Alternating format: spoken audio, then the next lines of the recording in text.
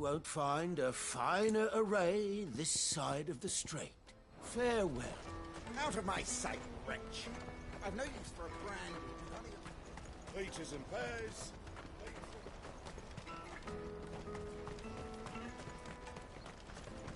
Come on! The caravan stops next to Juicy the ship. pears! Slate your thirst without... Are you the furniture maker? Looking for something in particular? Ah, Eloise collared you too, eh? Then I expect you want to know more. She told me you were leading the hunt for the pickpockets. What have you learned? For one, that they're targeting the traders carrying the biggest packs. Harder to watch your back, see? And less chance of the mark giving chase if they're spotted. Not that they'd be likely to catch them. Those imps know every inch of this warren like the backs of their hands. Their eyes must have lit up when they saw Goots. The fishmonger round by the gate's been trying to track down the children involved. You should go and have a word with her. Thank you. We will.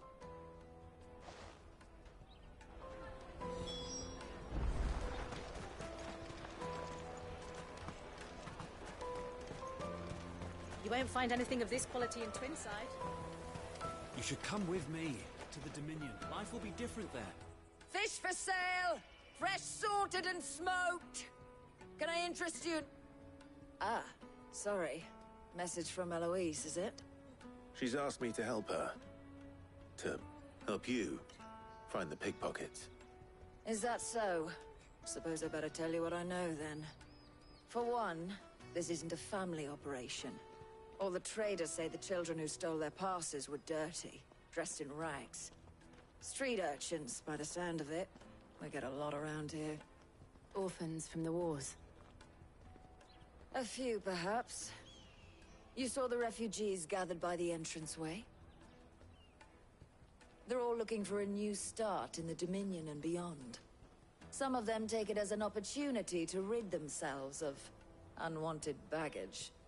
The shame of it. Whoever's behind this would have to have made themselves known to the children at some point. And so should we. You should start with the children around here, then. I doubt they're the ones involved, but they might have heard something. It's worth a try. All right, then. Questioning children. How hard can that be? Remember when half the people coming through here were traders from there? Come, taste my peaches! They're sweet as nectar!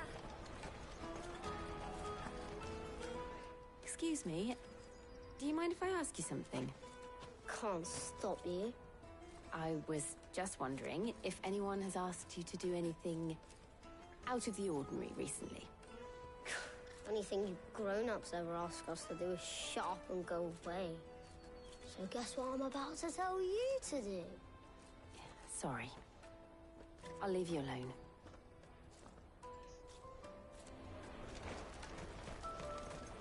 I'll take the large one.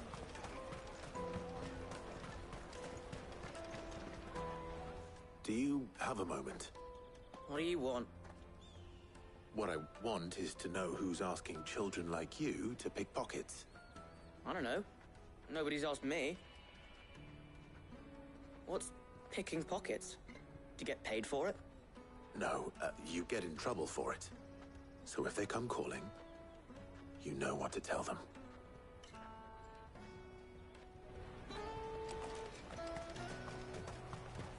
Jug of snake spit for the road? Excuse me? What do you want? I don't have any money. It's all right. We're not going to hurt you. We just want to talk. What about? We've heard that some very bad people are making children like you steal from travelers. We need to know who's behind it so we can stop them. I don't know much about it, really. But my friend, Honza, he said he got a job doing something dangerous. Sounds promising. We need to find him and ask. Do you know where your friend might be? He's usually by the tents outside town. Thank you. You've been very helpful.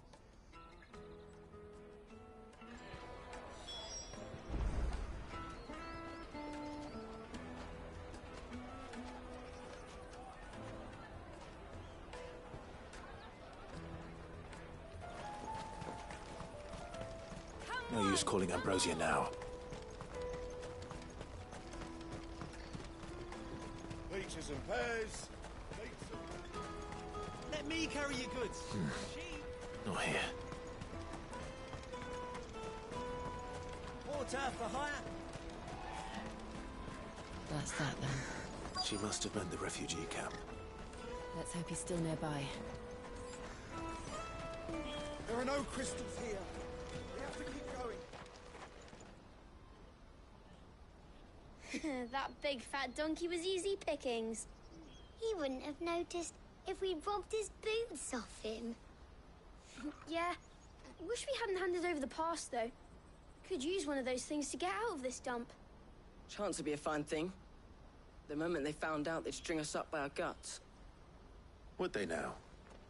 Perhaps you'd like to introduce us to these charming characters. Shit, we're in trouble now. What do we do? You two get caught if you want. I'm off. Hunter, where are you going? So that was Hunter, eh? Jill, you watch these two. I'm going after him. All right.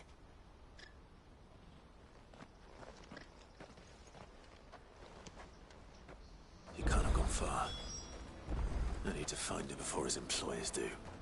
Daddy, I'm hungry.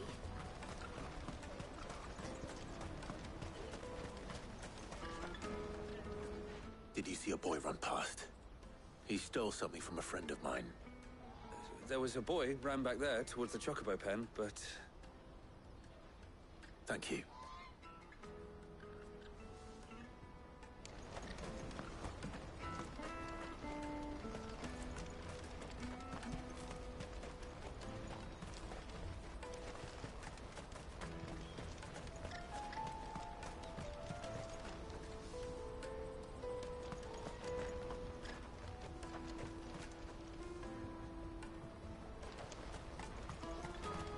This is everything. It must be transported.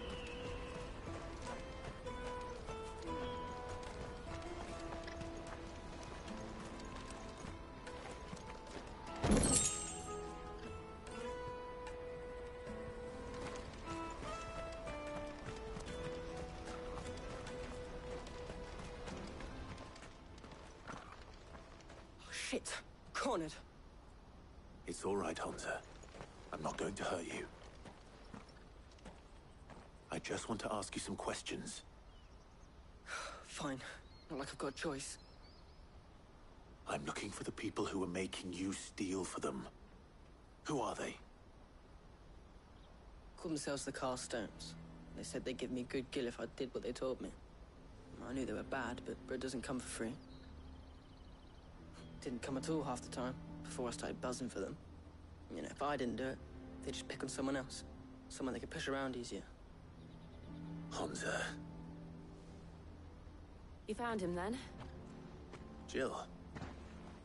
Where are the other two? Eloise is watching over them. She sent Goots and I to look for you. You're... him! I haven't got your pass anymore, if that's what you're after. I gave it to the Carstones. Whatever you do to me, I can't get it back. Not that I go against them anyway. If it weren't for their gill, me and my mates would have starved.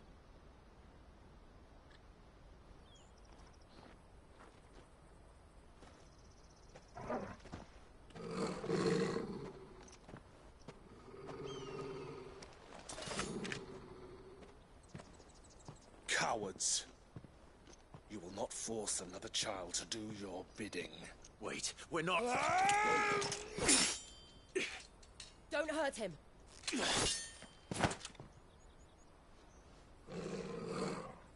You're making a mistake. We're on the same side. Like hell we are.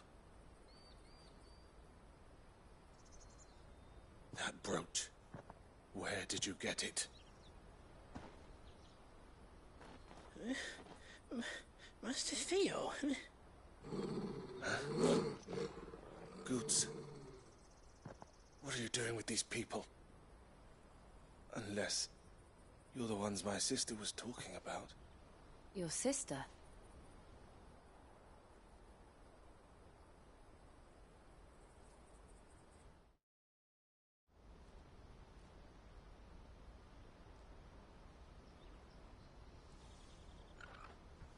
Eloise didn't tell us she had a brother. And why would she? I'm just her back and a blade. Theodore, at your service. Sorry about before. Theodore, what do you know of the cast stones? Vultures who have made Boklad their hunting ground. They prey on the desperate, stealing from those with gil and bullying those without it into joining their flock. I'd been looking into their activities in hope of sparing the refugees any further hardship. But it seems they've already stooped even lower than I'd feared. Hansa's a good lad. Don't blame him for what they've made him do. If he and his friends hadn't agreed to work for the stones, some other poor souls would have. On pain of death, most likely. Clive, was it? And my sisters asked you to help put an end to the pickpocketing. Then we all want the same thing.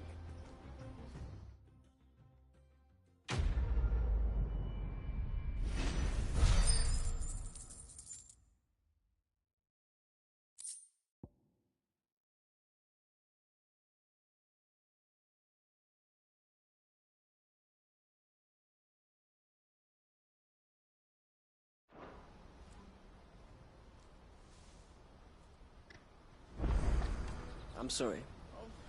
Where is it? So, what's the plan? What else? We find the cast stones, and we crush them. You get your trader's pass back, and I make Boklad a safe place again. All right then. All right then.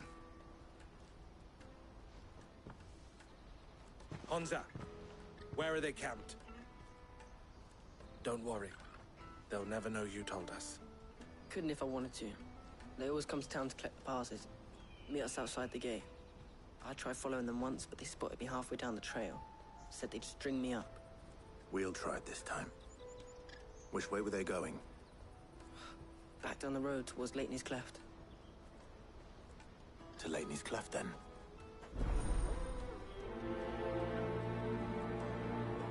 Leitney's Cleft is to the south, past the camp.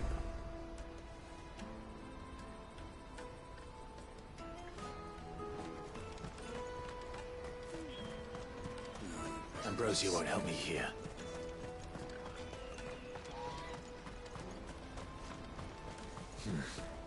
Not here. Daddy! Ambrosia won't help me here.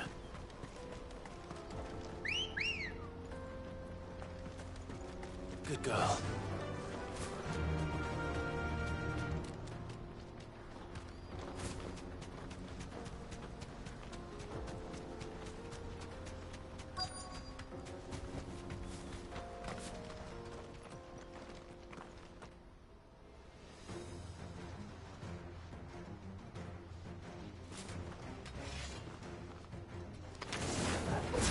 That's the one who's been sticking his nose in our business. You should find it your own.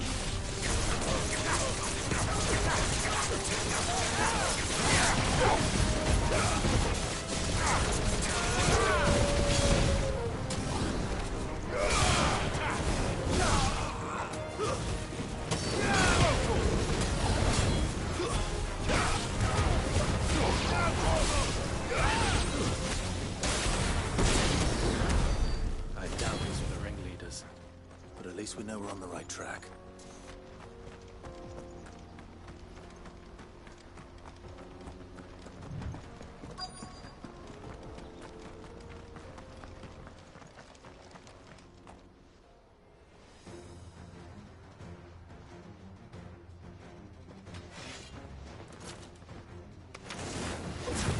We got company! That's the lot of them.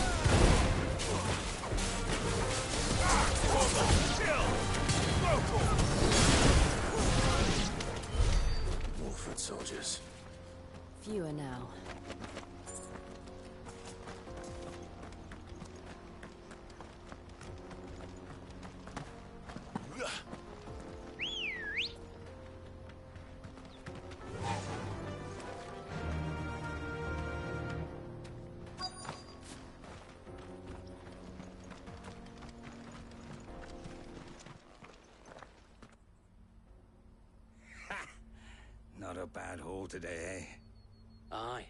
Some of our new recruits are natural-born ne'er-do-wells. Especially the little ones. That Hans has got nimble fingers, all right.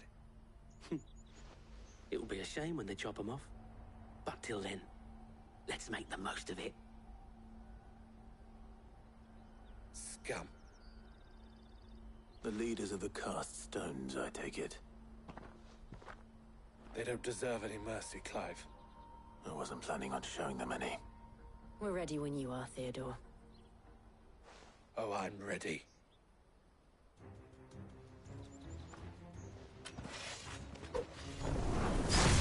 Fuck! It's that guard from Falkland! Kill him! Kill them all! Get him!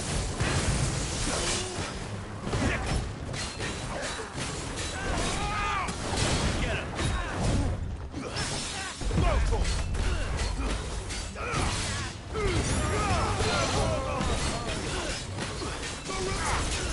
Over here!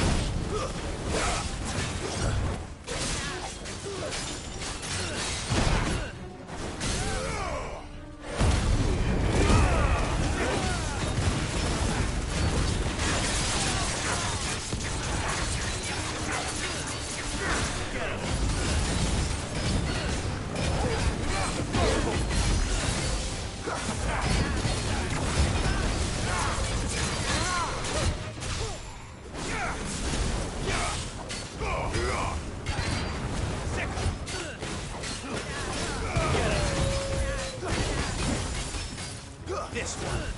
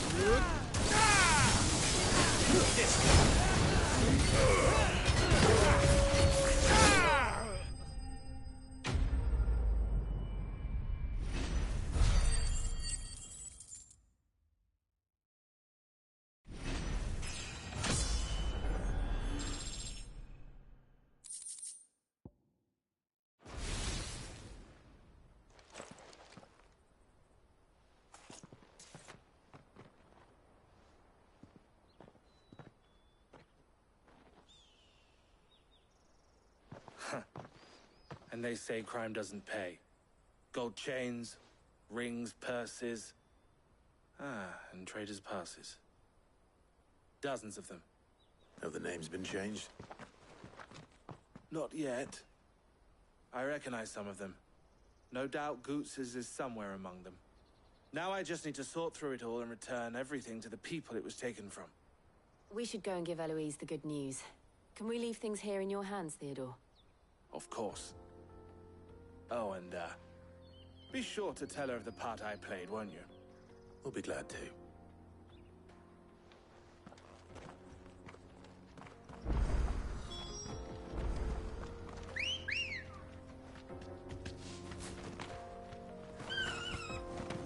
Good girl.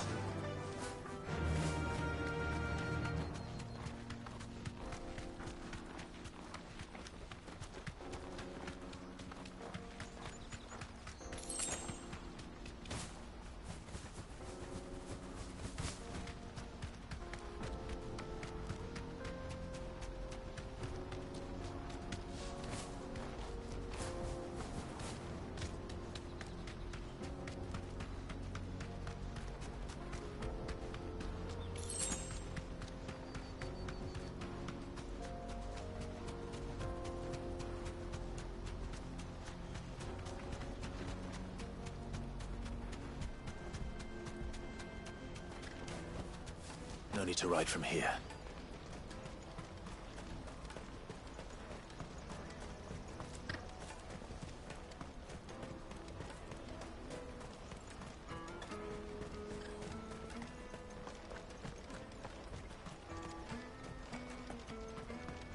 Hurry, man. I must leave for the bloody crimson caravans. Ah, Clive, how goes the hunt? My brother isn't getting in your way, I trust? Quite the opposite.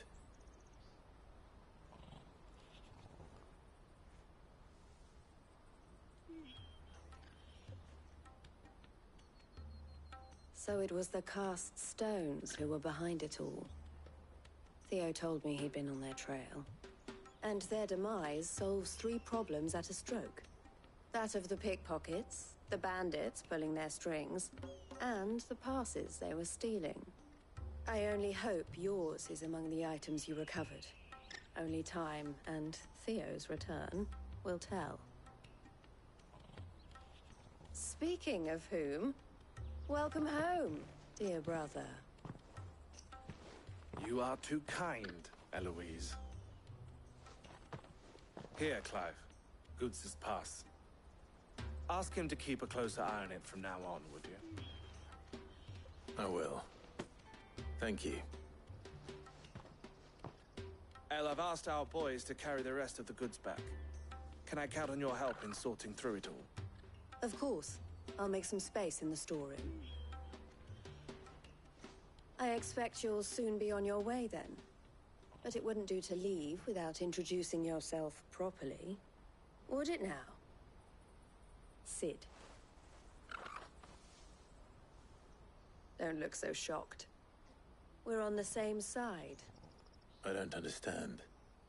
As you now know all too well, we at the Crimson Caravans are always happy to help those in need. For a small fee, we will move anything that needs moving. Be that goods to market, or bearers away from it. I was the first my sister helped escape. If it wasn't for her, I'd have been branded as a boy. I had no idea. It just so happens that we are seeking to expand our operation. And who better to join forces with than the leader in the field? Wouldn't you agree, Theo? I would. It seems our purpose is the same in more ways than one. So what would you say to working together again? It would be our pleasure. And our honor. The honor is ours. Here, Clive. This is for you.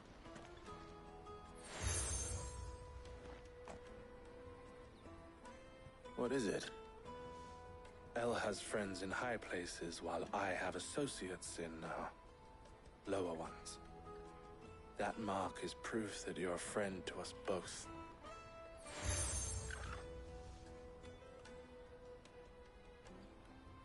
I shall bear it with pride. Well, all that remains is to wish you a safe onward journey.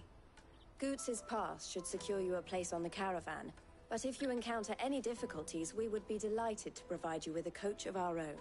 For a discounted price, of course. Say, 9 million? We'll try the caravan.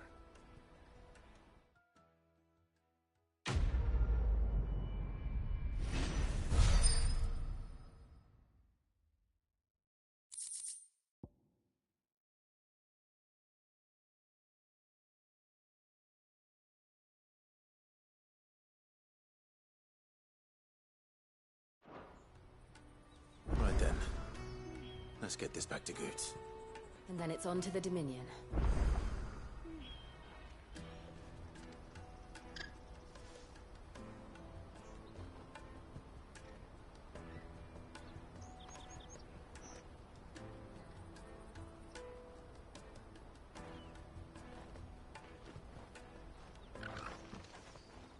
Anything I can do for you?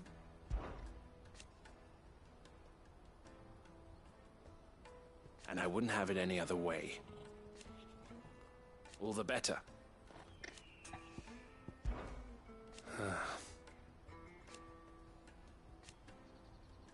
Fools, the lot of them. Criminals and cowards.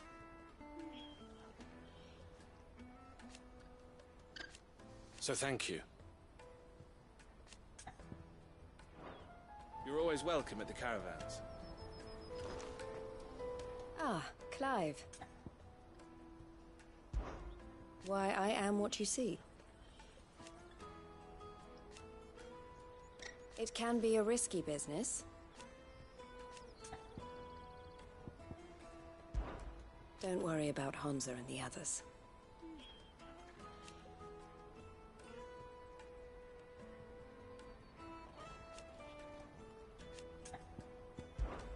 This being a border town,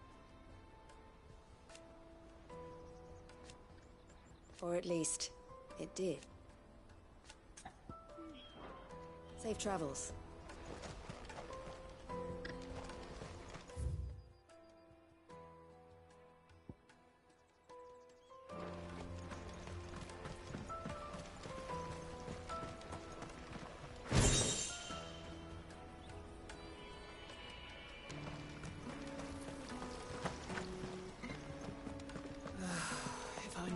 Now I just need to see about getting the word out to everyone. I want to know right away. Bad news. Good, actually. Something worth celebrating for a change. Only trouble is, the serving girl's still new to the job, so I can't leave her while I go and invite those I'd like to celebrate with. What exactly are you celebrating, if you don't mind me asking? I've come by a particularly fine bottle of red. A Gotan 66, no less. Gotan Rouge is the only good thing to have ever come out of the Empire. And most wouldn't part with a 66 if you held a knife to their throats. So I've heard. Oh, so you know of it then?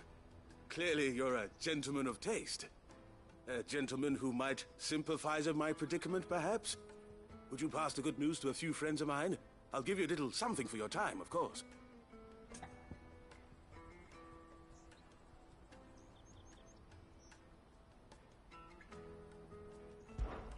Sounds simple enough. So you'll do it? Marvelous. Thank you. You won't need to go far. All three of them should be right here in the market. There's Aldrich the porter, Milan the butcher, and Bolek, a guard over at the north gate. Three of the finest fellows in Boklad, if you ask me. Tell them to come to the tavern when they finish for the day.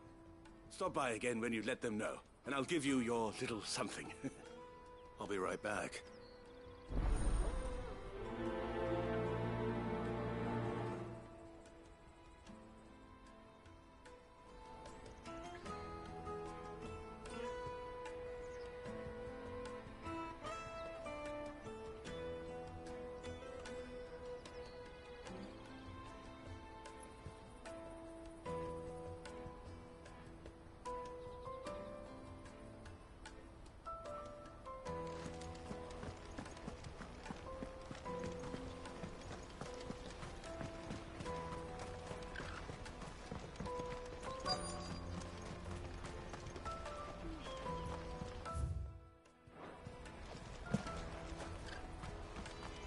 Hurry, man.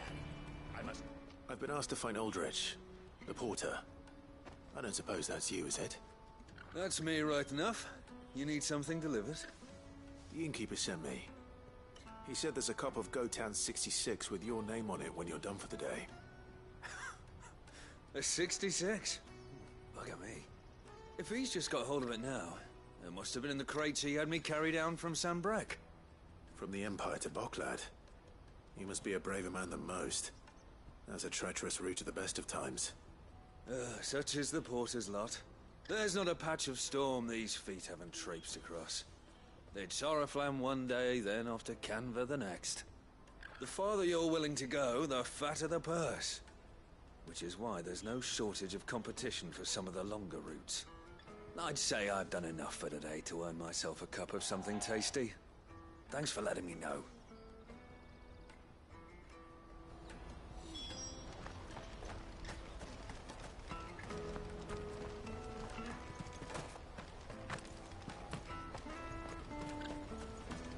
Out of my sight, wretch!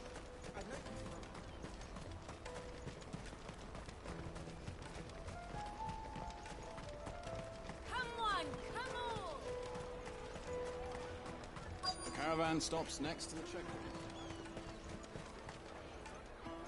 Are you Milan, the butcher? That's me. What can I do for you? The innkeeper's just had a special delivery. He thought you might like to join him for a cup of wine after you pack up for the day.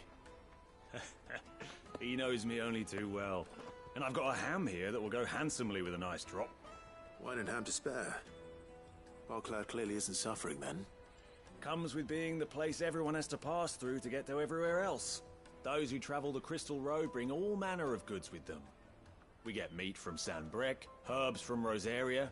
Why, sometimes we even see curiosities from across the Narrow. My old man knew what he was about when he set up shop here all those years ago. Anyway, thanks for the good news. Oh, you know what? Maybe I'll shut up shop early. Wouldn't want to keep our friend waiting.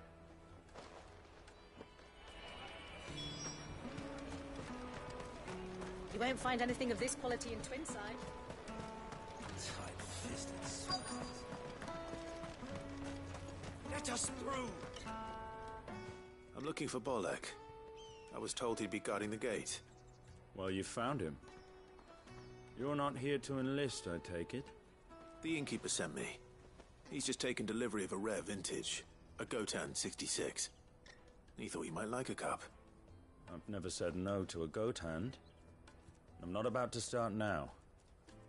Thanks for letting me know. You must be a busy man. The market would be flooded with refugees if we weren't here to stem the flow. Oh, my heart goes out to them, all right, but we've got our orders. No papers, no passage. Plenty try to slip past us nonetheless. And every now and then, one of them's foolish enough to try and force their way through. And when they do, well, things can get nasty. You know what? That wine's sounding better by the moment. Hold on. I wonder if the innkeeper might spare a cup of that wine.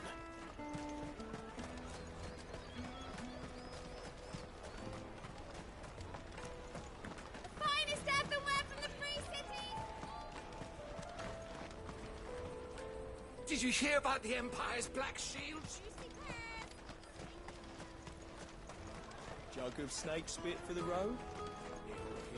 Come one, come all!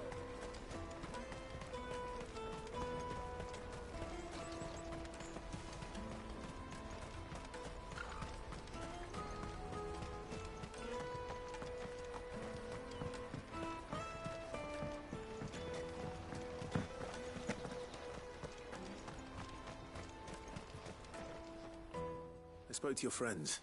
They'll be along soon. That's fantastic news. Thank you kindly. It's been a while since we all sat down together. And the way I see it, that wine is as much theirs as it is my own. How so? Well, I wouldn't be serving anything but slops without Aldrich to go and fetch the good stuff for me. And then there's Milan, who always sends customers my way. And Bolek, an even-handed keeper of the peace, if ever there was one. Those three are the backbone of Bocklad. Lose any one of them, and the market would soon fall apart. And without the market, I wouldn't have a single customer. I'd say that's worth a bottle of 66, wouldn't you? And more besides. Everyone needs a shoulder to lean on. Be they world-weary innkeepers or brooding swordsmen.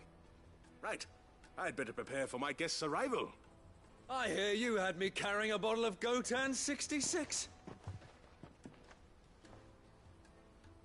If I'd have known, I would have sold the thing and lived like a lord. I'll settle for a cup, though, if you're in a sharing mood. A Gotan 66. Just as well I had something special of my own set aside. A bottle between the four of us might not be enough to drown our sorrows, but it can't hurt. Here they are, the three pillars of Bocklad. Sit yourselves down, gentlemen. The woes of the world may be monstrous in many, but there's nothing like a few good friends to keep the misery at bay. Never a truer word spoken.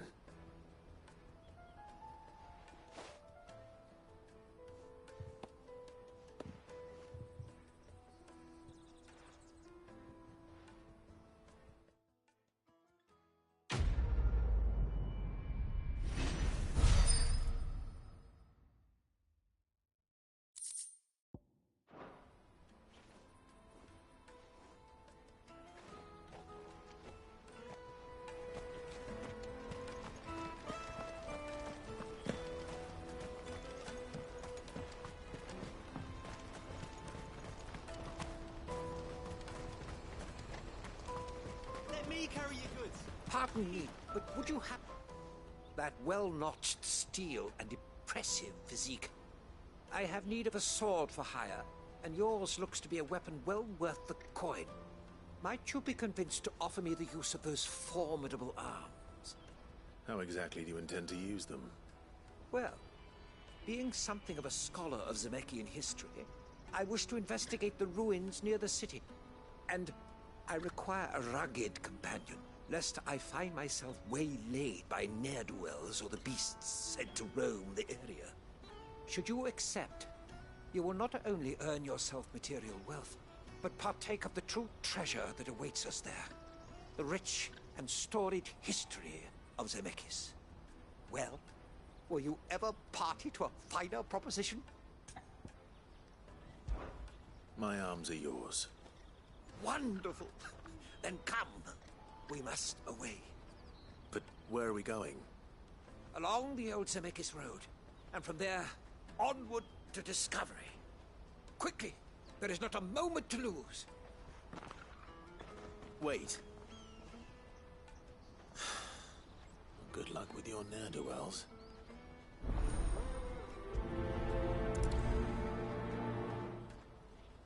I better make sure he doesn't get himself killed.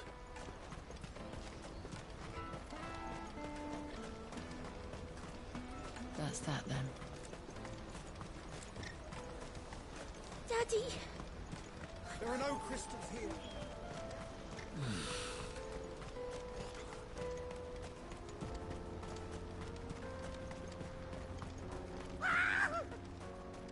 Why am I not surprised? You'll hand over your coin. No, that's good for you.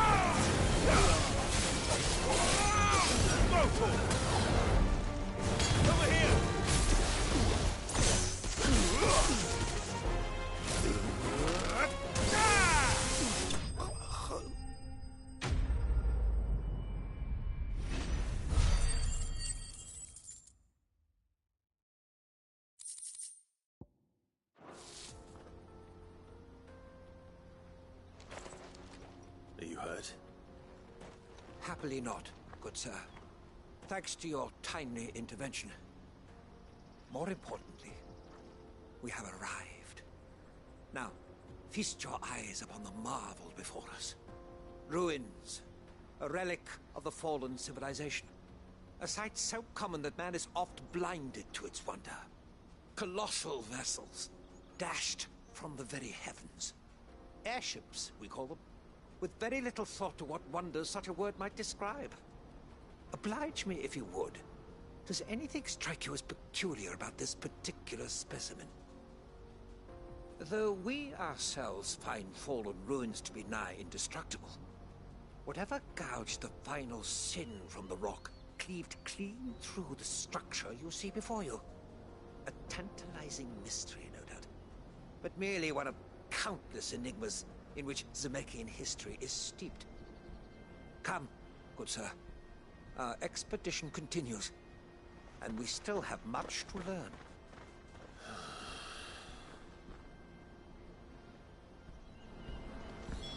He's passionate. I'll give him that.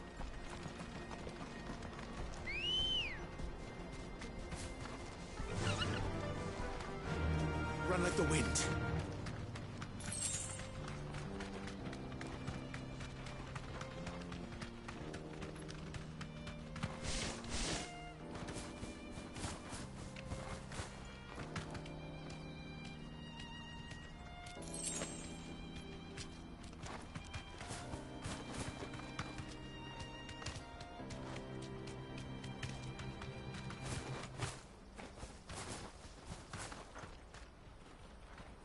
Be safe.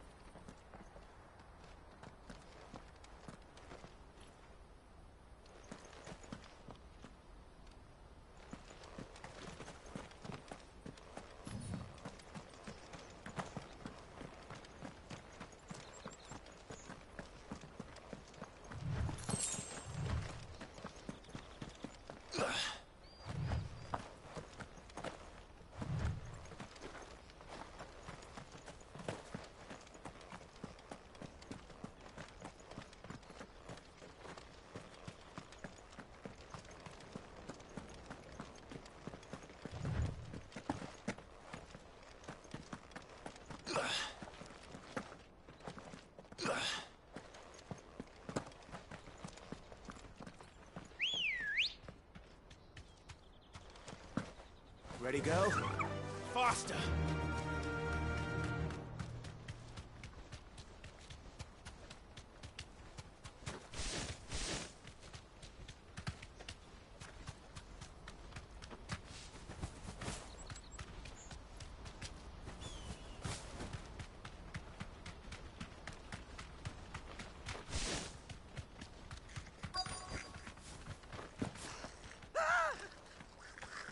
Not again.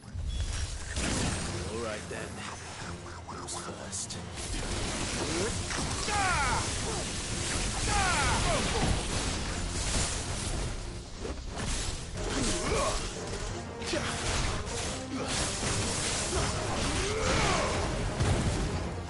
This one.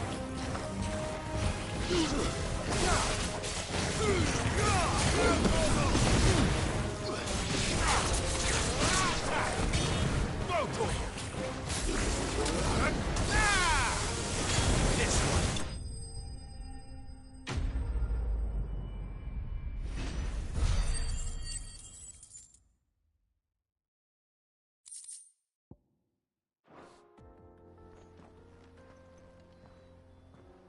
You're going to get yourself killed. Oh, that would not do. That would not do at all. Not when such majesty stretches out before us. Behold, the final sin in all its glory.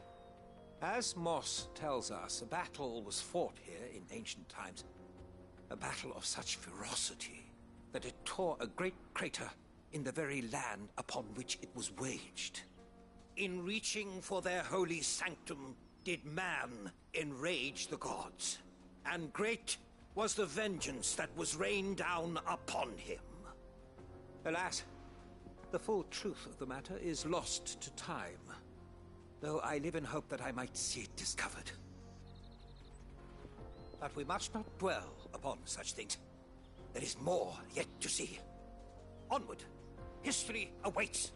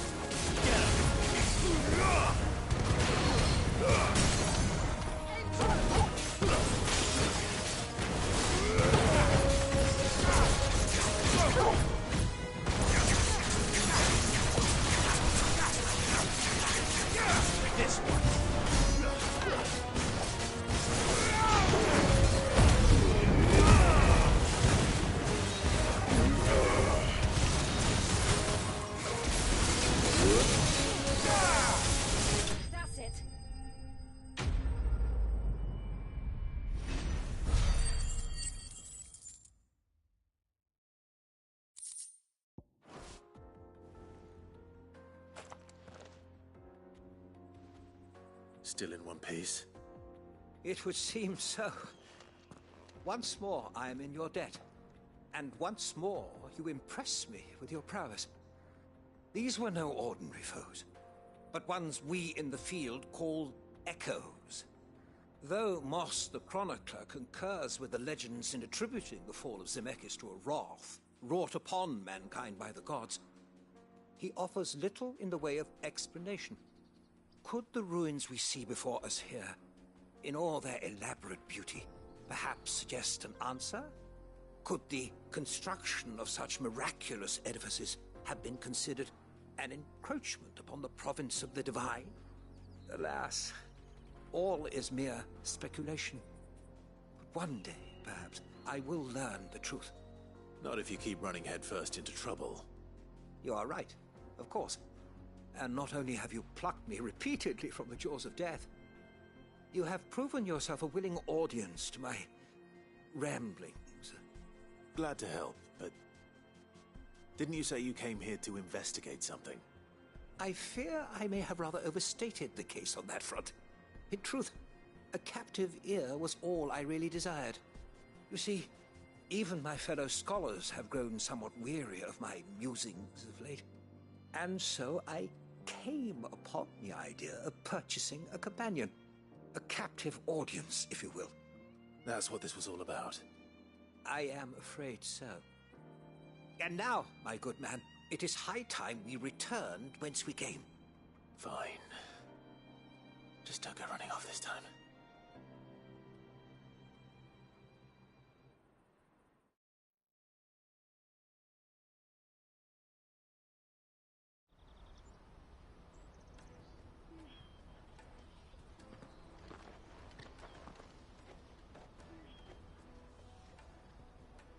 And so ends a delightful day. Here, your reward for humoring my selfish whims, plus a little extra for the trouble I have put you to.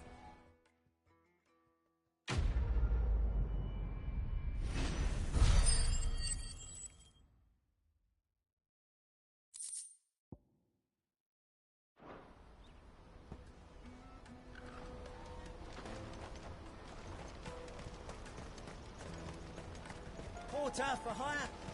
Best service. I see you've been of... Perhaps you can extend me the same kindness? Perhaps. What would I be doing? Finding someone. You see, I've been having trouble with thieves, and despite the many pains I've taken, I can't stop them from rummaging through my packs. I was griping about my lot to a friend of mine a few days back, and he offered to track the culprits down. Now, Joseph's a sellsword, and a good one at that. But he's been gone days, and I'm beginning to fear the worst. Any idea where his search for the thieves might have taken him? The old Zemeckis Road, perhaps? He doubted they would be fool enough to linger here in Boklad. Joseph's lived a hard life. Made him grey long before his time. I just pray he hasn't been killed over a few sacks of grain.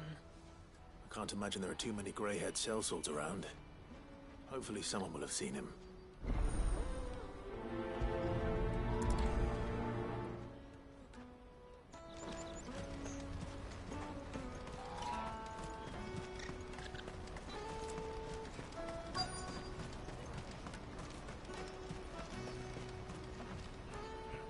What do you want? I've no coin on me. Just information. Has a sellsword passed through here? Grey hair. Now you mention it, there was a young man with salt in his mane sneaking around out there a while back. Which way did he go? How am I supposed to know? Buggered off down the road, I expect. Now why don't you do the same, and leave me be?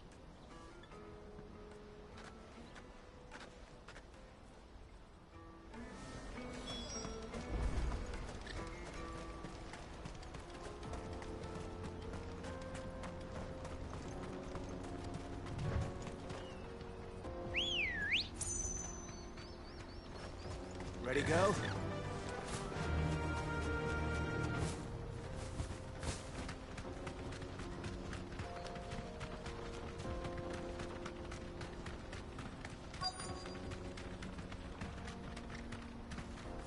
Straight home now.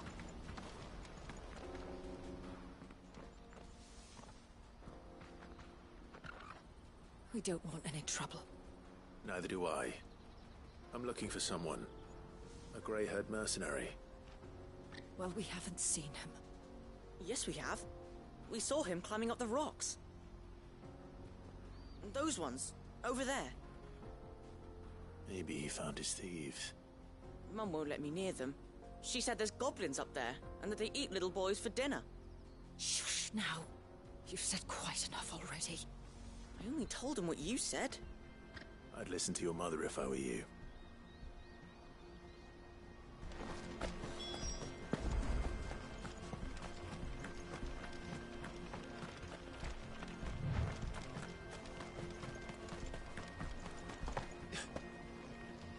Did Joseph's thieves really lug their stolen wares all the way out here?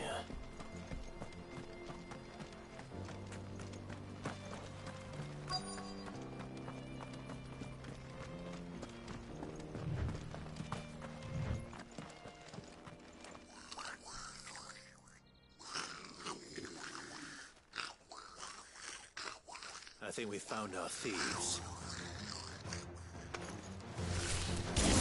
They don't look happy to see me. Get him!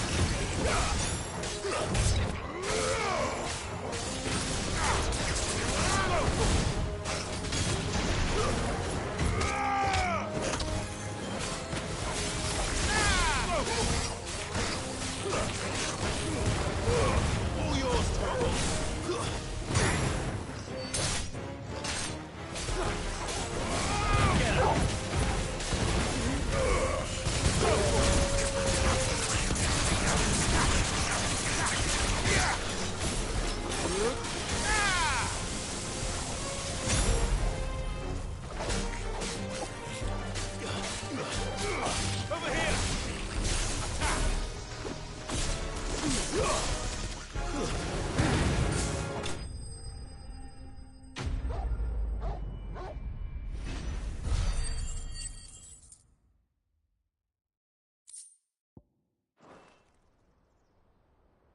Let's get this over with.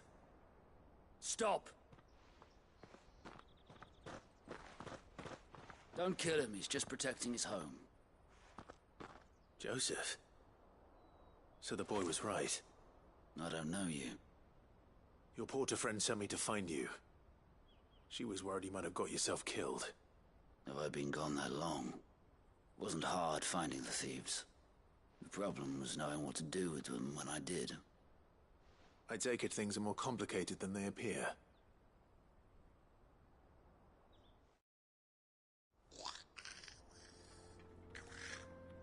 I'd all but ruled out bandits before I even left the market. You know why that is? Because our thieves had no interest in gold or gems, or anything they couldn't eat for that matter. Add to that the rumors of goblins in the area, and the mystery practically solved itself. I soon found their cozy little homestead and all the missing food. I launched myself at them, full of righteous fury, but their leader was the only one who moved to meet me. The others, they huddled around that food, ready to die protecting it. They stole because it was that or starvation. I've been there myself, back when times were hard. So you spared them? And earned their trust into the bargain by the look of it. These goblins aren't native to the area. They don't know how to survive such barren lands, so I've been teaching them. And once they've learned to hunt and forage, they won't be fool enough to risk their necks in Boklad. I'm impressed. I didn't know goblins could be reasoned with. Do me a favor. Let the porter know I'm safe. I'll head back to the market once my work here is done. Oh, and don't mention the goblins. I don't want people coming here brandishing pitchforks. Not now this lot have sworn off thieving. Your secret's safe with me. I appreciate it. Thank you.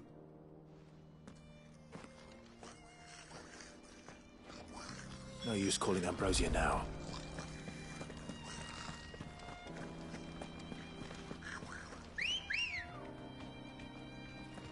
Come on.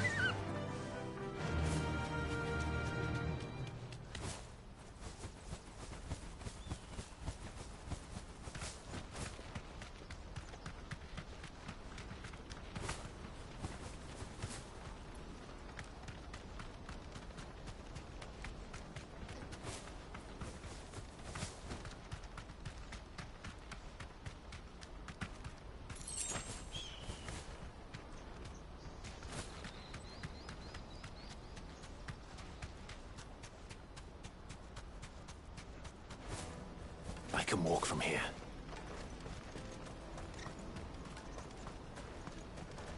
Daddy! That's that then. Joseph's fine. That's a weight off my shoulders. He certainly knows his business. You found your thieves all right. And I dare say they won't be coming back. A good man to have around, that Joseph. And if he says there'll be no more thieving, that's good enough for me. Thank you for putting my mind at ease. Here, for your troubles.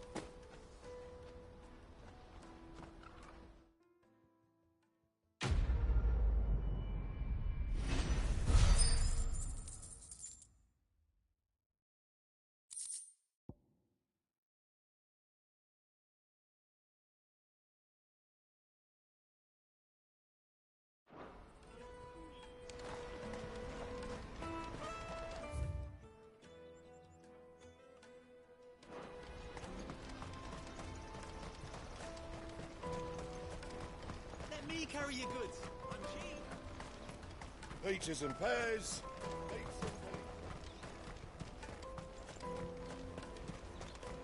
Come on, come on!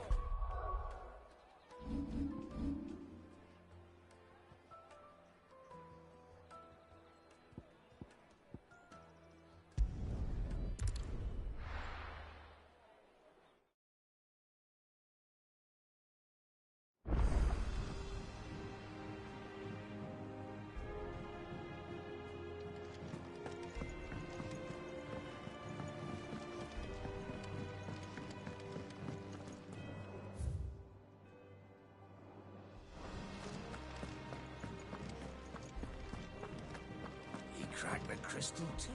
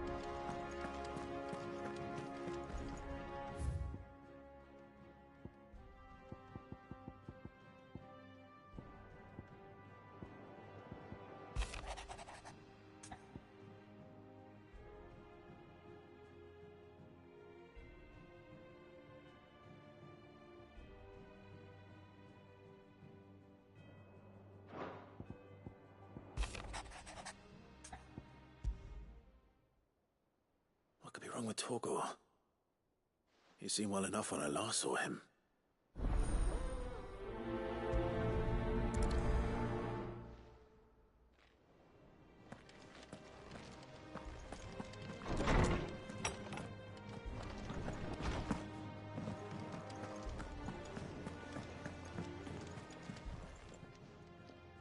got your note. You think something's wrong with Torgal? So you can read. Congratulations. But I didn't say I were wrong with him. I said something weren't right. He's not been eating me treats. He used to love cracking the bones from Molly's boiled brown, but now he won't so much as look at 'em. Didn't like him. Which is why I'm of a mind that his mind's on something else. You've not been working him too hard, have you? No harder than usual. Is that it, boy? Do you need a rest? What was it you said he was? A frost wolf? That's what the lawsman seems to think. Then maybe this all has something to do with whatever it is that's woken inside him. I suppose things have been different since Rosalith. Perhaps Hippocrates knows something. Instead of everything, you mean? Perhaps.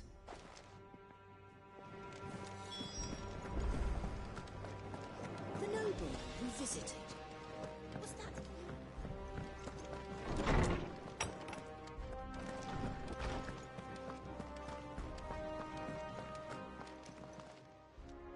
Lawsman, I need to ask you about Torgal.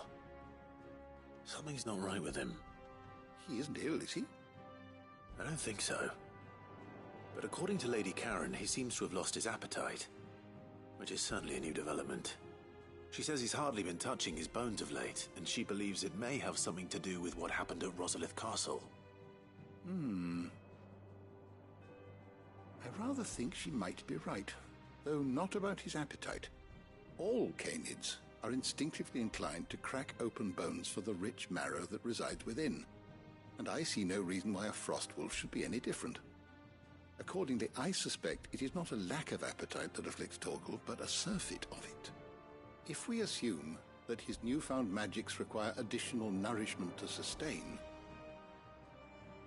it may well be that the bones Lady Karen is accustomed to providing are no longer sufficient. Frost wolves, after all, habitually prey upon far larger animals, whose bones may yield altogether different nutrients. As to where one might find a suitable substitute, some antelopes that graze the meadows of eastern Rosaria have been known to grow to a size more than double that of their lesser cousins. I don't recall ever seeing any that large. And little wonder. The oldest and largest such creatures rarely leave the safety of the highlands for fear of predators. The last elder antelope sighting I recall hearing about took place near Cressida, and that was long before the village was abandoned. Even so, it seems like a good place to start. Good hunting, Clive.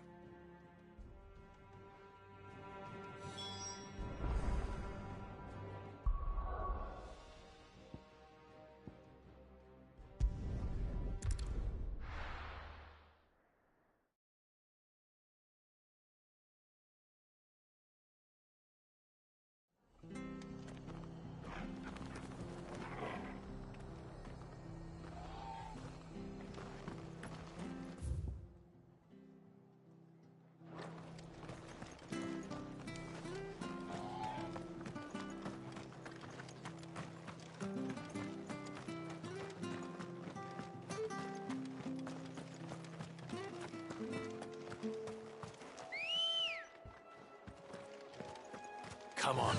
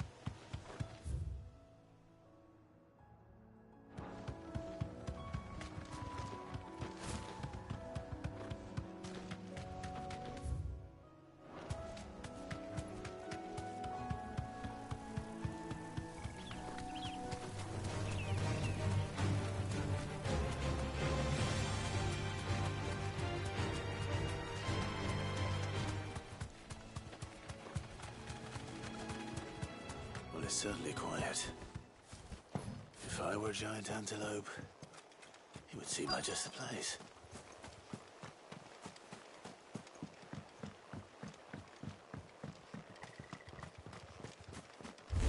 Yeah, we'll find one bigger than that. You hungry, Torgal? Over here! Go, Torgal!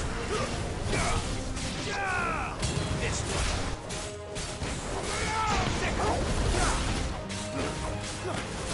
This one!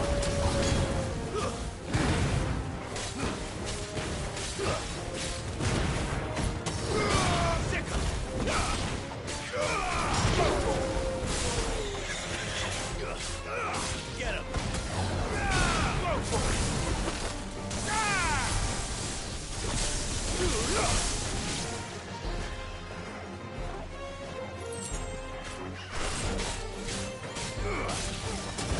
Over here!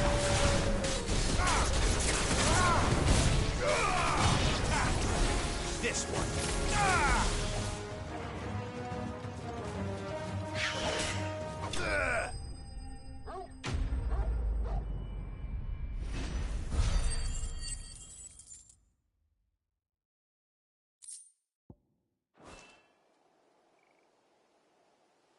Now,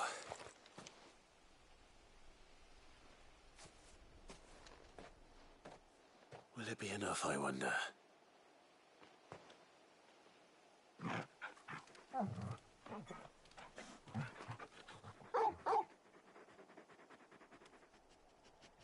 I say that answers my question, which means we owe the lawsmen our thanks.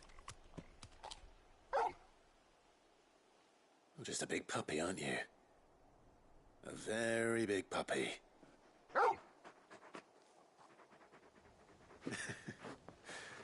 You do know you can take that with you, Torgal. Lady Karen will be relieved to hear you've got your appetite back. Come on, boy.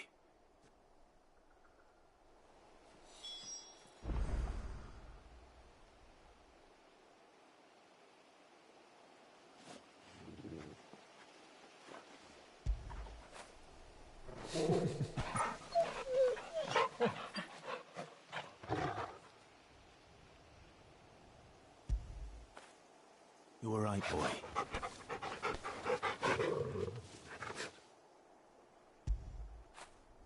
Now feel good, boy.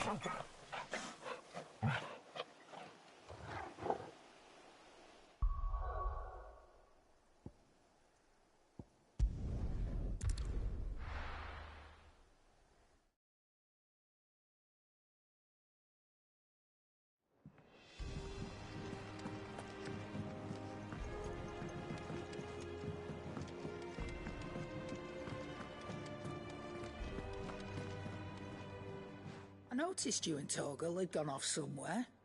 Take him for a walk, did you? You could say that.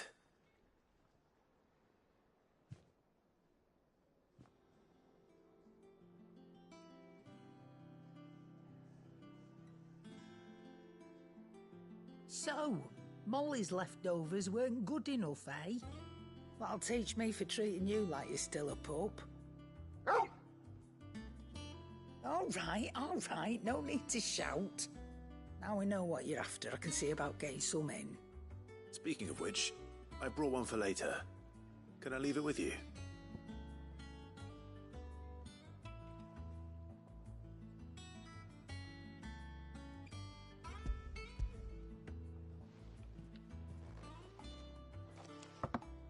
You can, aye.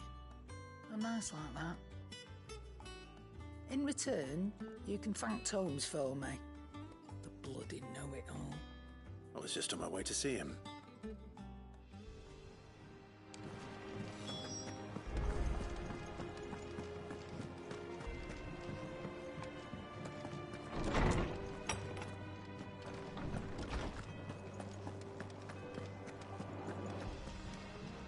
Ah, Clive. Were you able to locate your quarry? We were indeed, Lawsman. You pointed us in exactly the right direction. And Torgal's been a very happy hound ever since. Very good, very good. Lady Karen sends her thanks, by the way. for your part in solving the mystery. Ah.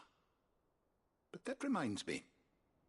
After your last visit, I found myself pondering Torgal's talents. Do you recall our conversation concerning Lady Jill's role in Torgal's transformation?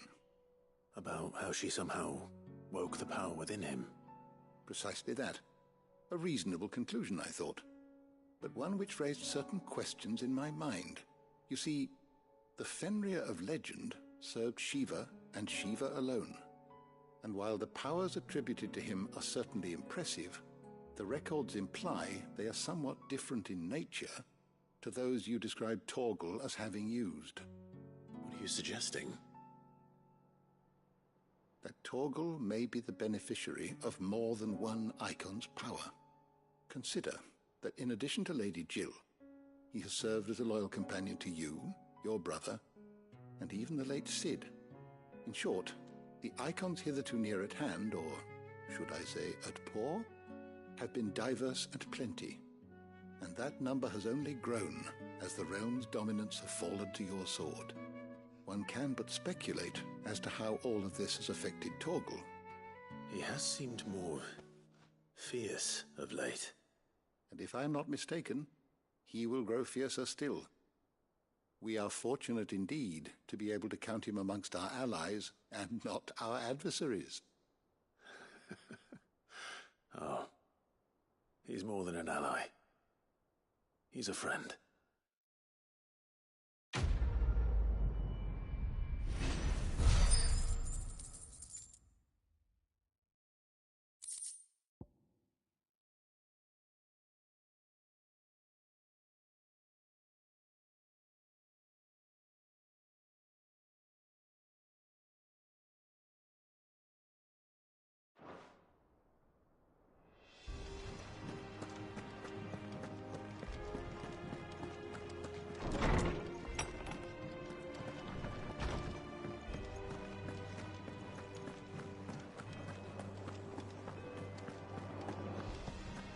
Crack the crystal too.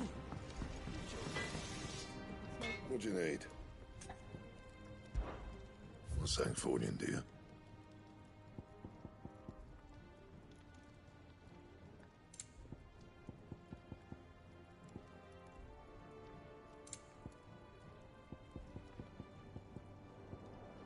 Anything else?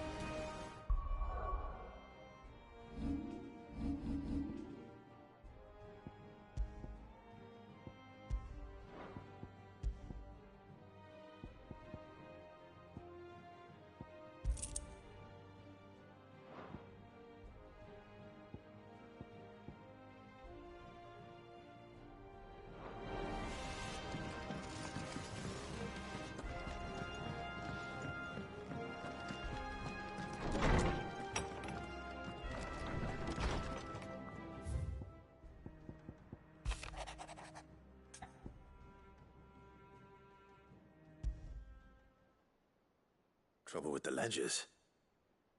Shouldn't he be asking Otto for help?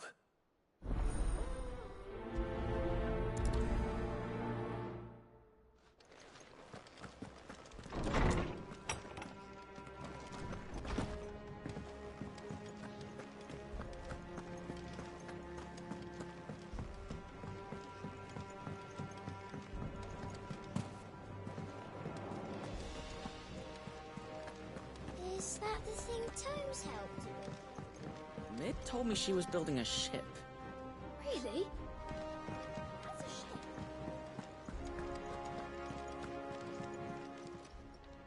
Oh, I wasn't expecting you back so soon. Your benefactors are a generous lot. You earned this. All done? Clive, did you get my letter? That's why I'm here. Shh. Otto might be listening. Is this better? A little. Listen. I've some bad news. It turns out the hideaway may be slightly behind in its payment to certain lenders. And it's maybe my fault. But I swear to the goddess, I thought I had the numbers square. Sadly, that square turned out to be more of a circle. 0, you might say. I can straighten it out, I swear, but it's gonna take some time, and I'm gonna need help keeping it from Otto. Bit late for that, I'd say. There you are! What a surprise! So let me get this straight. You forget to pay our lenders what they're due, and instead of coming straight to me, you get Clive to come to you. And I hope he'll dig you out of the hole you've dug for yourself. Clive, the man in charge of the place you've been cheerfully trying to bankrupt. And you thought this was a cunning plan. Why? Well, who needs paying? Oh, just Martha. And the dame. And, well, Lady Karen. But only 500 talents. We owe 3 of our most trusted friends 5 million gil. Each. 5 million each. They lent us the bulk of the money we used to rebuild the hideaway, you see, and, well, I must have made some sort of oversight. Those ledgers were my responsibility, and it was my decision to entrust them to you. This is my fault. Do we have that much to hand? I can always ask my uncle. No, we don't. And no, you won't. We've lightened Lord Rosfield's purse enough. After the king's ransom we had off him, he deserves better than to see our begging bowl. Besides, we'll need to learn to stand on our own if we're gonna make this work. All right. But that doesn't mean you have to shoulder the burden yourself. Is there anything I can do to help? There might be. How'd you fancy taking these to Martha and the dame? Rocks. Rocks, he says. Worth 1,000 talents apiece, these are. A little something Sid and I set aside for when times got lean. And I reckon 15 million in overdue debt probably qualifies. I just hope our associates' eyes are a bit more discerning than yours. I'm sure there will be. Should be me making the rounds, really. But you know how it is with this place. Orders to bark, arses to wipe, and all that. I know. Which is why I don't mind going in your place. Go. Do you know why I only gave Master Clive here 2 star rubies? Because you'd rather Lady Karen killed me. Because I'd rather Lady Karen killed you. Yes. Well, I suppose this is goodbye then. Don't worry. I'm sure Karen will understand. Really? Do you think so?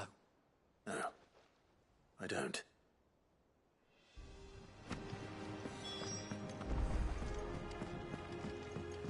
Ned told me she was building a ship. Is that the thing Tomes helped with?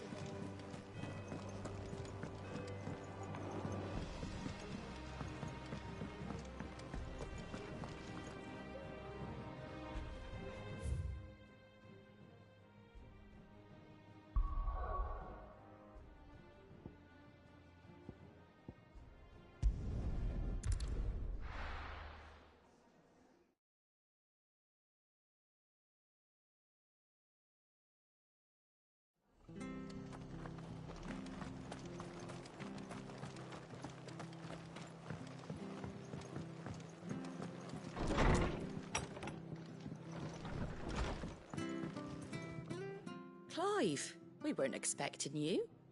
I wasn't expecting to be here, but it seems we still owe you a considerable amount of coin for your help with our rebuilding efforts. And though I doubt it's what you were expecting, we were hoping you'd take this as payment.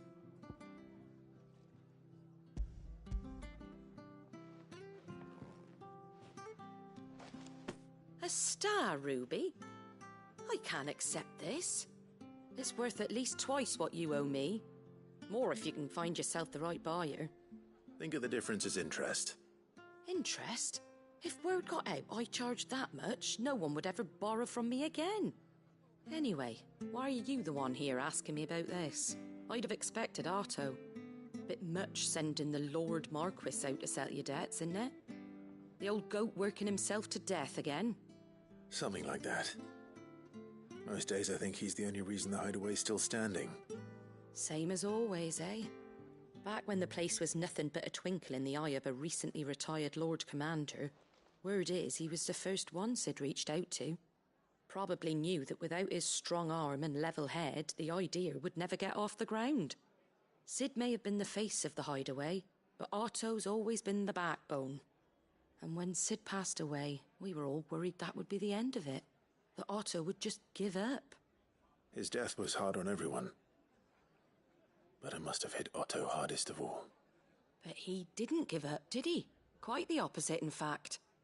If I recall, he was the one who nominated you as Sid's replacement, and rallied the rest around you. I reckon what he saw in Sid, he saw in you too. And don't we all? Doesn't hurt that you're half as stubborn and twice as handsome, neither. That, and you keep good company. I suppose I do.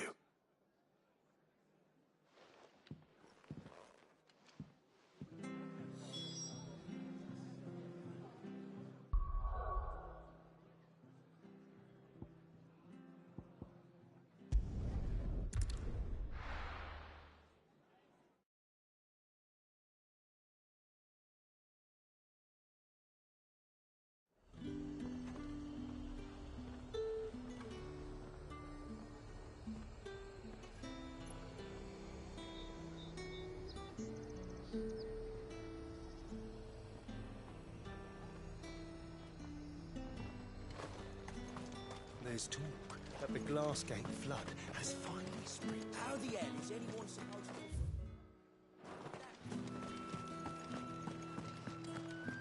to... Citizens are free to come and go as they please. Did you hear? The gates to heaven.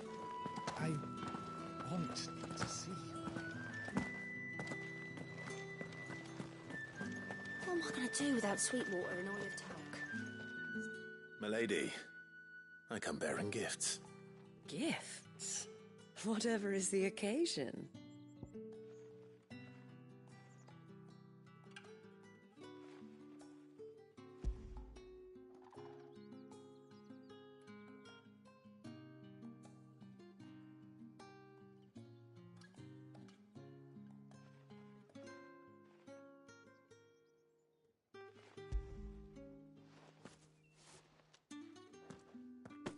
Oh my. Clive, you really have outdone yourself. Otto asked me to give it to you. To settle the hideaway's debt with the Veil.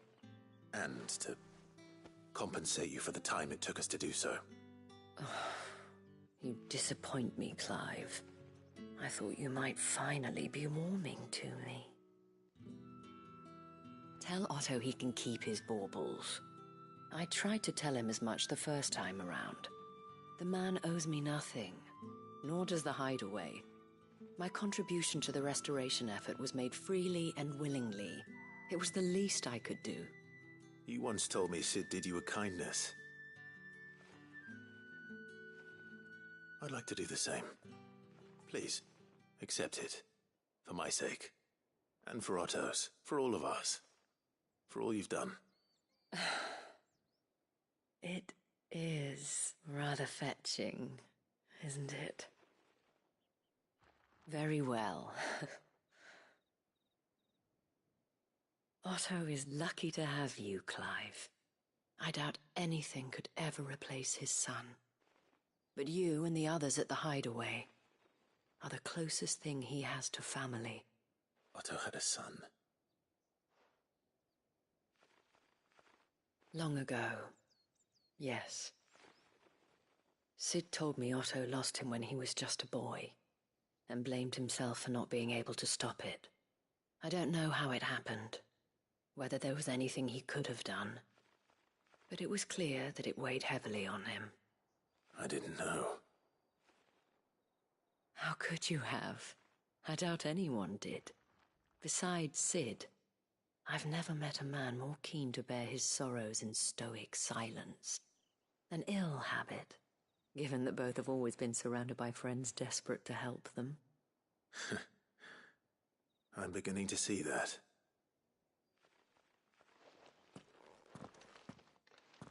Gob will want to know the stones were delivered, if he's still with us.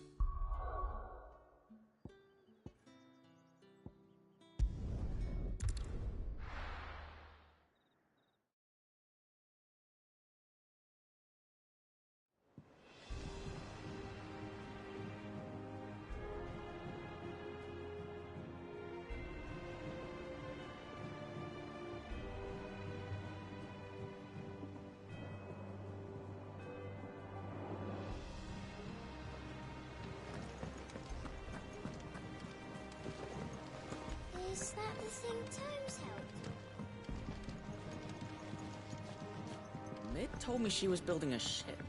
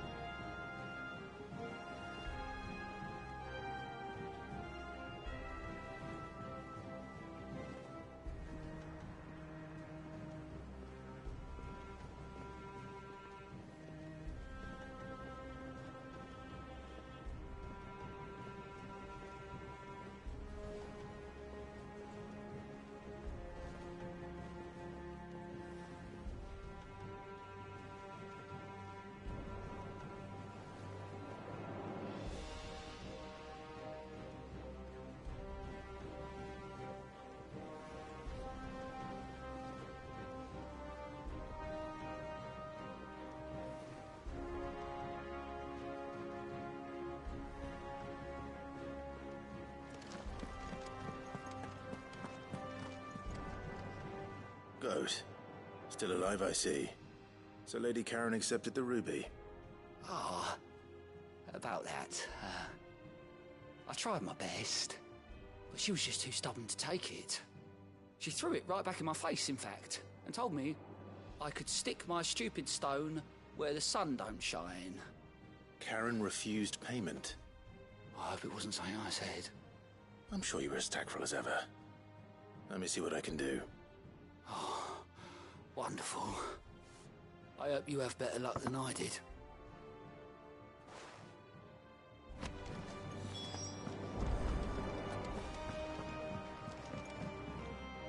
And how may I assist you today? So what of its parliament, which leaves but one man?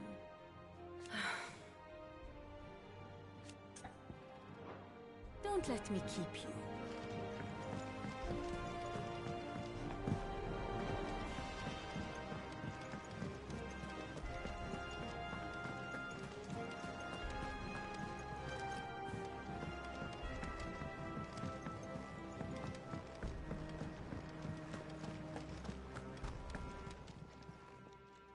Lady Karen, Goad tells me you weren't happy with our offer. Would you prefer the debt was repaid in coin? What debt? I don't recall lending any of you like me hard-earned gil. I may have tossed a talent or two in the Hideaway's coffers, but those were donations, and you can hardly call it charity if you go asking for it back. Of course not. But one good turn deserves another. And our circumstances have changed. Surely you wouldn't shun the gratitude of a pauper who happened to have become a prince. Oh, so you're a prince now, are you? Fine. But I'm selling it and taking what I'm owed, then you're getting the rest whether you like it or not.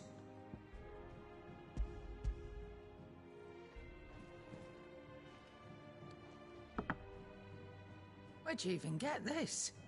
A decent trader might nab 1,000 talents for a star ruby. A canny one, meanwhile, might claim it were nicked from the belt of Sid the Outlaw himself and ask twice as much. Might be I already have a buyer in mind. Might be you even know her. A fine continental maid whose beauty's only eclipsed by a guile in commerce. You wouldn't mind, would you? Not at all. Just be sure to tell her that it's always a pleasure doing business.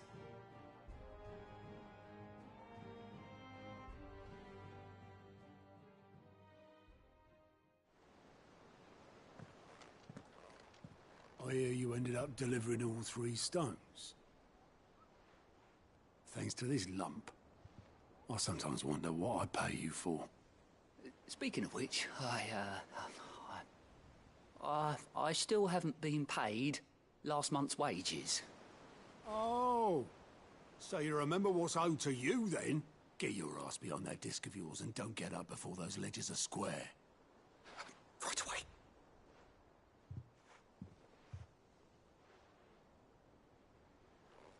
I've seen that before. Yeah, yeah. Plenty of times. It was the only goblet Sid ever used. Either out of habit, or because the filthy sod couldn't be bothered to find a clean one. I knew so little about him. Like most people. Martha and the Dame both seem to have fond memories of him. I bet they do. How long did you know Sid before he... Before he died. 20 summers, give or take. Back in the day, I was a purser on a trade ship, which is where I met him. He bought passage to... I forget where. And having nothing better to do on the long nights, we set up drinking island rum till the morning bell dragged me back to my duties. Quit my post not long after that. On account of making a fine maiden's belly fat. But me and Sid stayed close, promising we'd one day sail the seas again. That was before fate stepped in and said she was having none of it.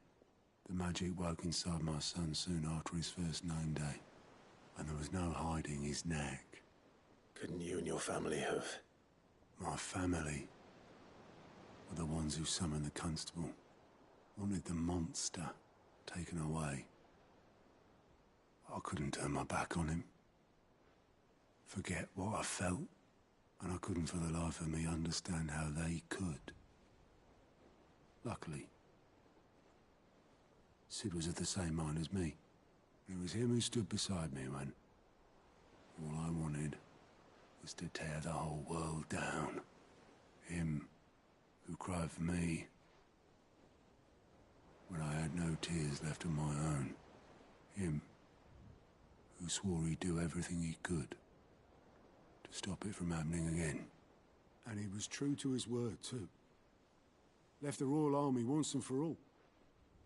His ranks, his ribbons, gone. Just like that. Threw away everything he had. All to right a wrong that no one else had the courage to face. I knew then I'd follow that man to the ends of the earth.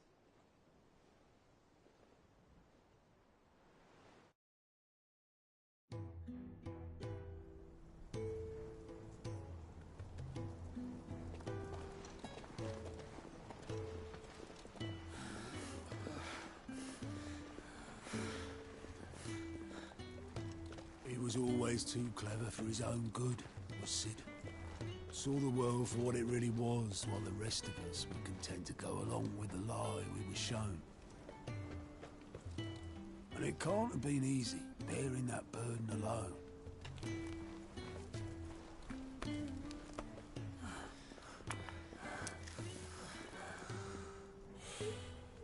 But he didn't let it stop him. He never lost faith in what he believed was right. And that gave us faith in him. Faith he'd steer us true. So I swore to myself that I'd always be right behind him, ready to catch the stubborn sod, if ever he should fall.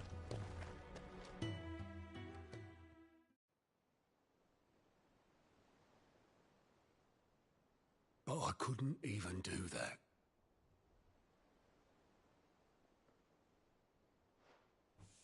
Ignore me. Just the ramblings of a tired old man. Leave that lot. I'll tidy it up in a bit.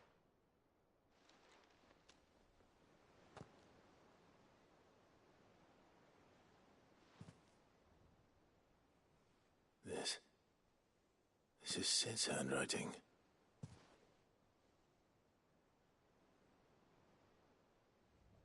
Dear Otto.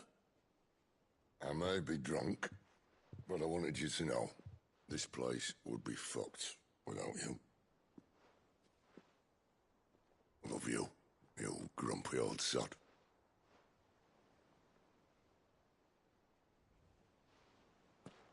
This note. Hmm? What about it? Sid was right. Without you, we'd all be lost.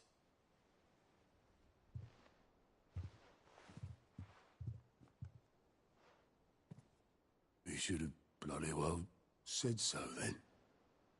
Just once. Before he went. But then, why would he? Him, or anyone? I'd only have told him to piss off.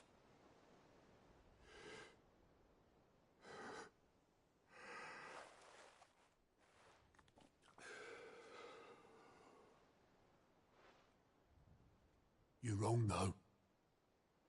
Both of you. It was never just me keeping the hideaway afloat. It was all of us. I just shoved people in the right direction. I barely seem to be able to do that anymore.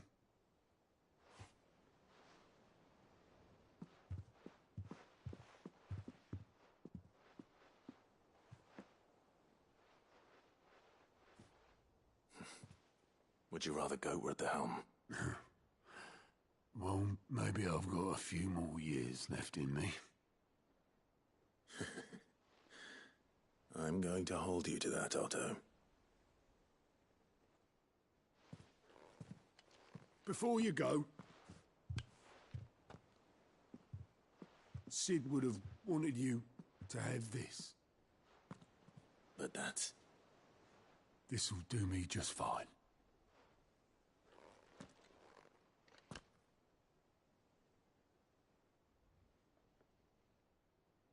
Thanks for the ray of sunshine. I'll see if I can't pay you back. Already have.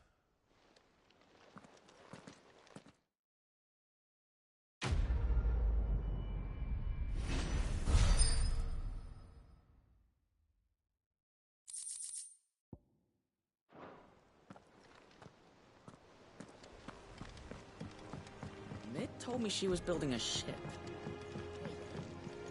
Is that the thing Tomes helped?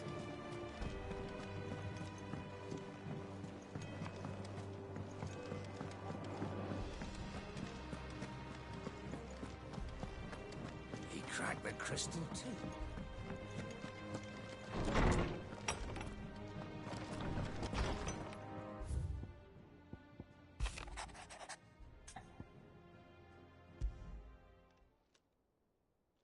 Hopefully it's nothing.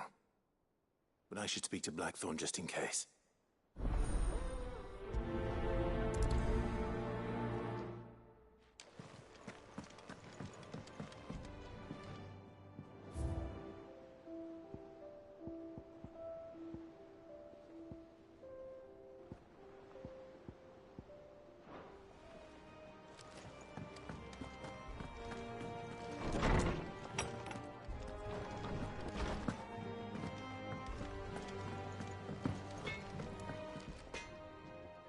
Blackthorn, do you have a moment?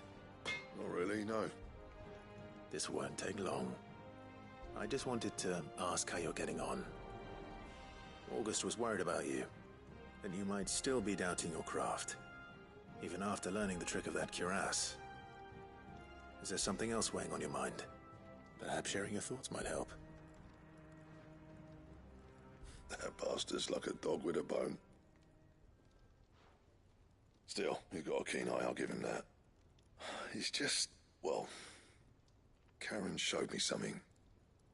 Something I've never seen before. And that was? A sword. An odd-looking thing with a single-edged blade.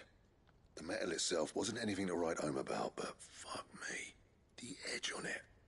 You could slice a man clean in two with a weapon like that, and he'd be halfway home before he even realised he'd been cut. So that's what's troubling you? No. Not troubling me exactly.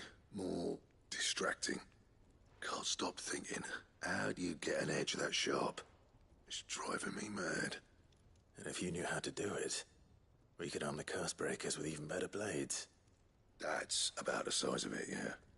I'll see what I can find out. Sharper swords are always welcome. And we can't have our master blacksmith being distracted. You're a soft touch, you know that. But I can't say I'm not grateful for it. Good luck, eh? Thank you. Let's see what Karen knows about this sword.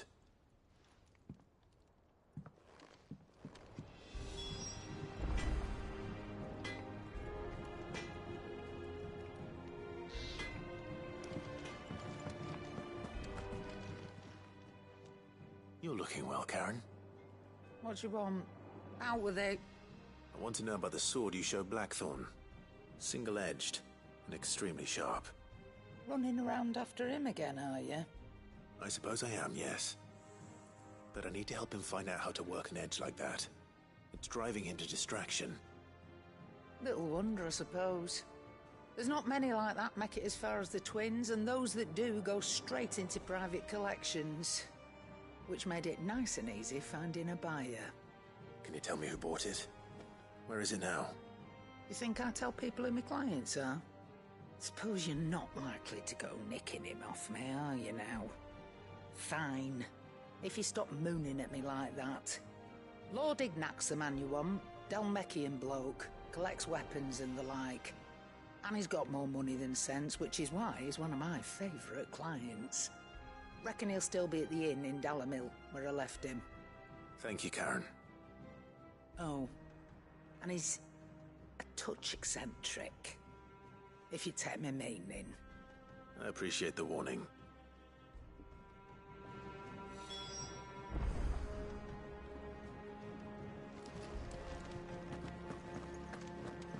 Thank you, Clive.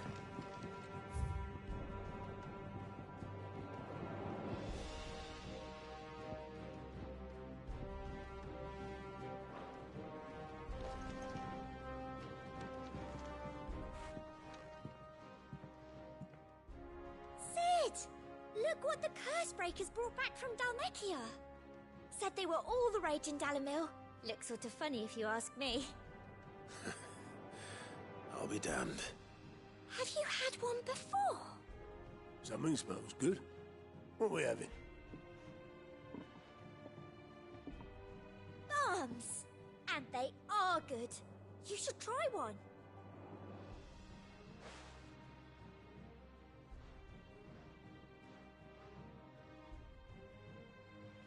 Eh? A bloody great hole in it. Who ate the rest? It's supposed to be hollow, silly. Haven't you ever seen Drake's Fang?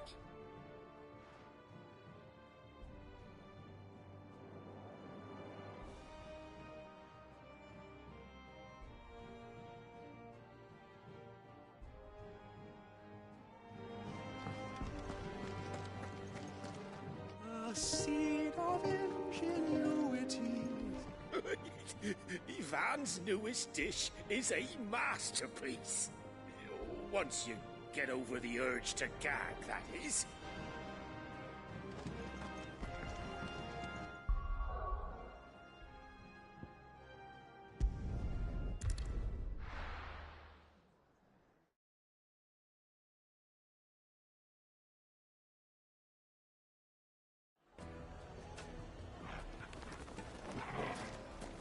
People take notice of wealthy men.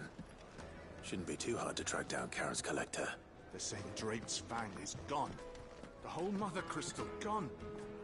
What are we gonna do? Calm yourself. We don't know for sure.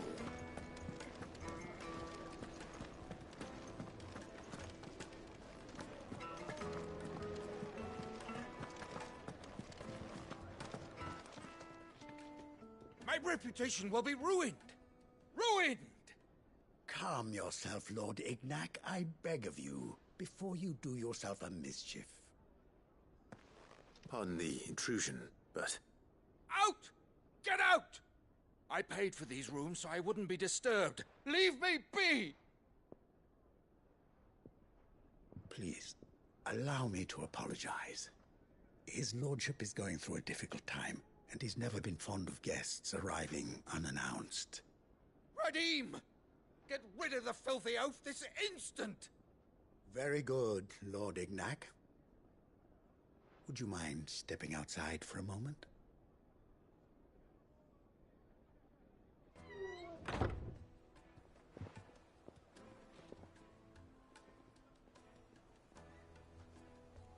I'm sorry if I've caused you any trouble. That? Oh, no. That's just how his lordship is. Though the morning's events have left him somewhat fractious. He has been dispossessed of his luggage, you see. The thieves also made away with a considerable amount of coin. Coin the innkeeper will soon be keen to collect. I don't suppose a certain blade was among the stolen items. A single-edged sword. It was purchased from a merchant friend of mine. Ah, you know Lady Karen. Yes, I'm afraid it was. Then I'll retrieve Lord Ignac's luggage. But I have one condition. You have but to state it. You are welcome to anything that is within my power to grant. I want an audience with Lord Ignac. A few minutes should be enough. Then I'll be on my way. A condition I would be a fool to refuse. Of course, you shall have your audience. I don't suppose you saw where the thieves went? I did not, no. Though some discreet inquiries made on his lordship's behalf mean that I know where you might find them. The bandit's bed. Every ill-gotten coin in Dalimil is said to pass through that disreputable corner of the Valcroy. And that's where I'm heading. I shall speak to Lord Ignac in your absence, and arrange for an audience upon your triumphant return. That will be very kind of you. Farewell, and best of luck.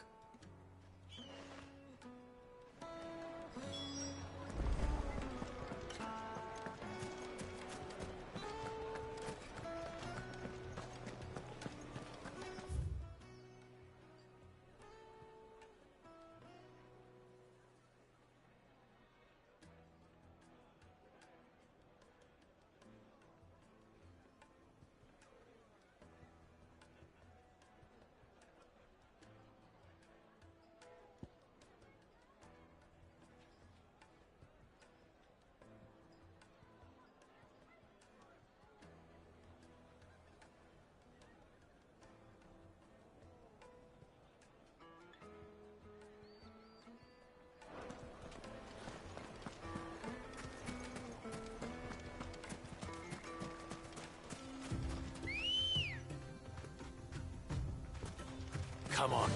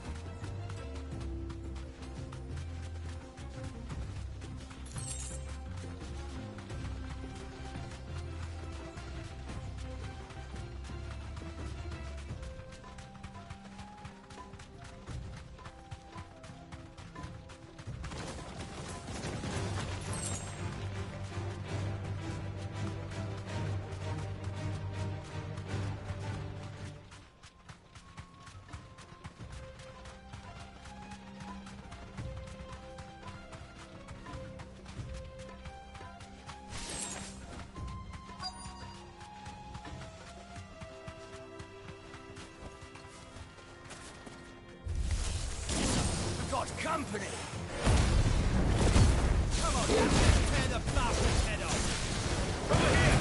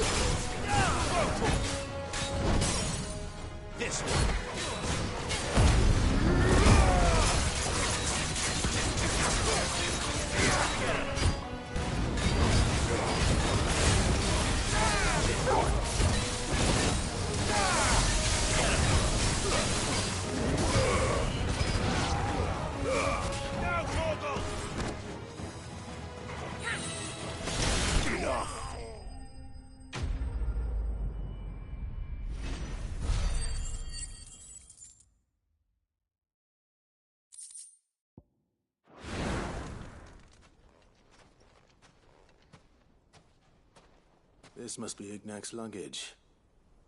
Nothing seems to be damaged. All right. Let's get it back to Dalamil.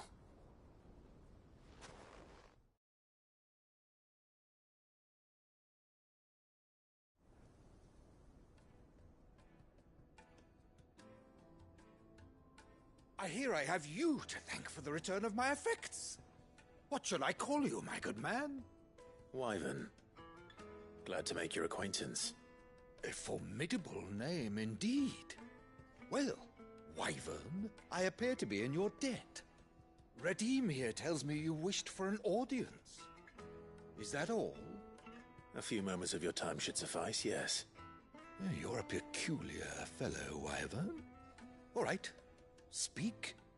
Master Wyvern was wondering if you could tell him about a certain single-edged sword you recently acquired. Oh, a true work of art, that one. Karen drove me hard on the price, but I would have sold her Radim here to get my hands on that sword. It was made in the Outer Isles, far beyond the Twins, and is used exclusively by the practitioners of a unique school of swordsmanship.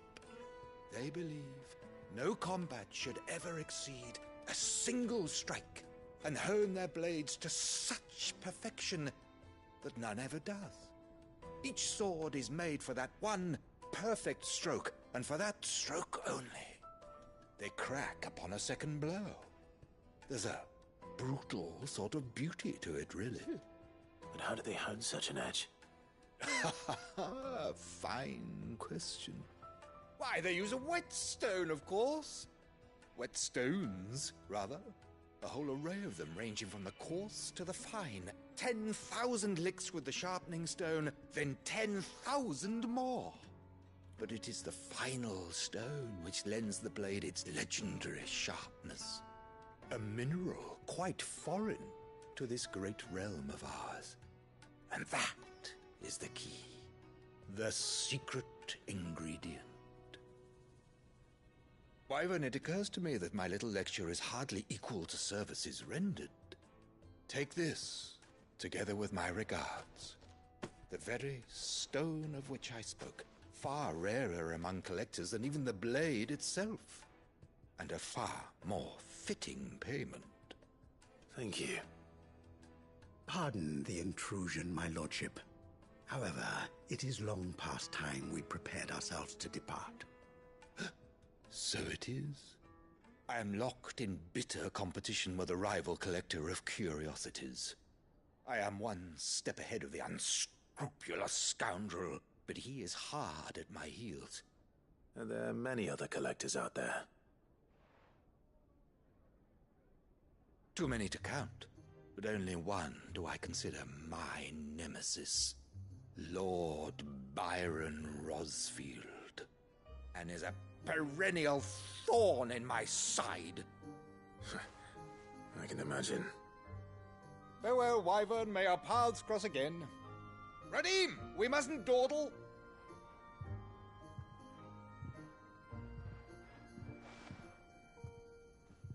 I think his lordship is rather taken with you, Master Wyvern. Thank you again for your assistance.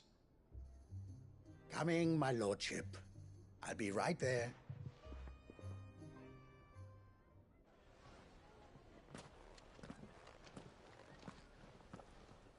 Trust Uncle Byron to find such an interesting rival. Now, let's see what Blackthorn makes of this whetstone, shall we?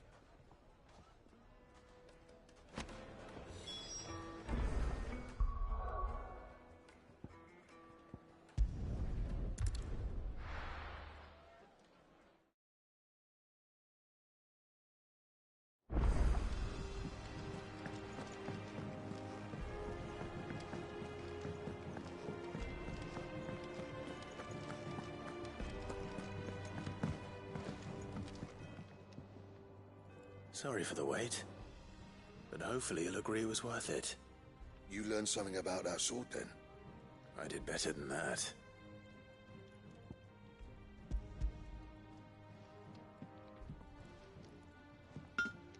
A whetstone? Yes. But not one you'll find anywhere in Valisthea.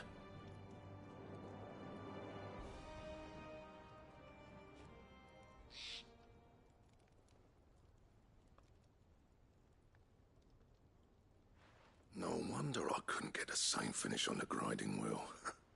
One hit and all done, eh? Might not be so bad if all you ever fought were duels.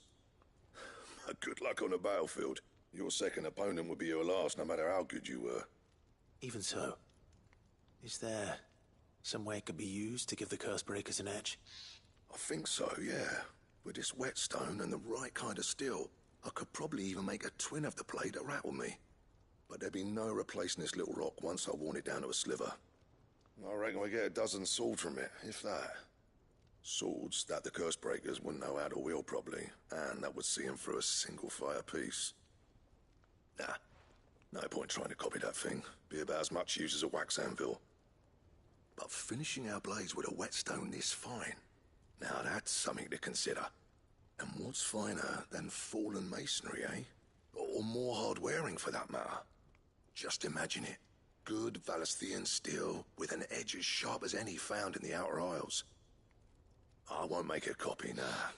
I'll make something much better. I'm sure the Cursebreakers will be delighted. Just don't push yourself too hard. Don't you worry about me, Sunshine. I'll be working day and night since I was half your age, and I'll still be here when you're long gone. Hey, thanks, Clive. I mean it. I owe you one, August too. It's good to know someone's looking out for me. He'll be happy to hear you said that. And I'll see that my debt to you's paid. First new blade I make's got your name on it. You come and find me when you've got the materials. All right. I will.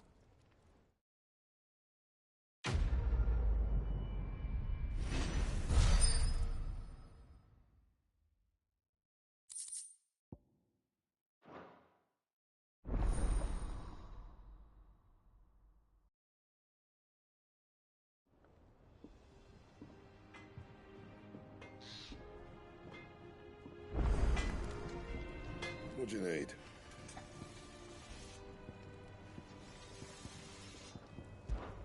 Good bloody riddance. Not included. What's that for you, dear?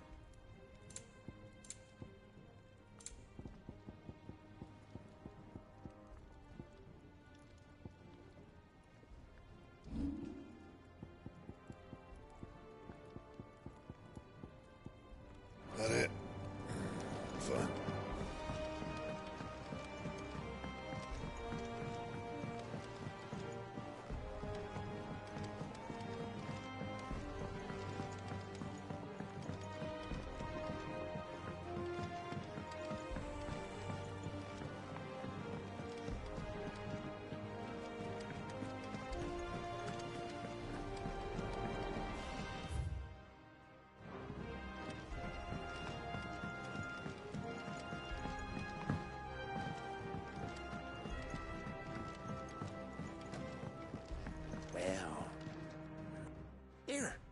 Sid, reckon you might be just the man to help me out of a bit of bother, if you've a mind to. Let's hear it. Well, it's about this alembic the chief's got me making. Lovely bit of kit it is. Bung in a solution you want splitting, and it will separate it out, just like that. Problem is, it won't always get rid of all the impurities. And with some of the stuff we need it for, that ain't good enough. Which is why I've been looking for something to filter the liquid we'll be cooking off. And that's where I was hoping you could help me out.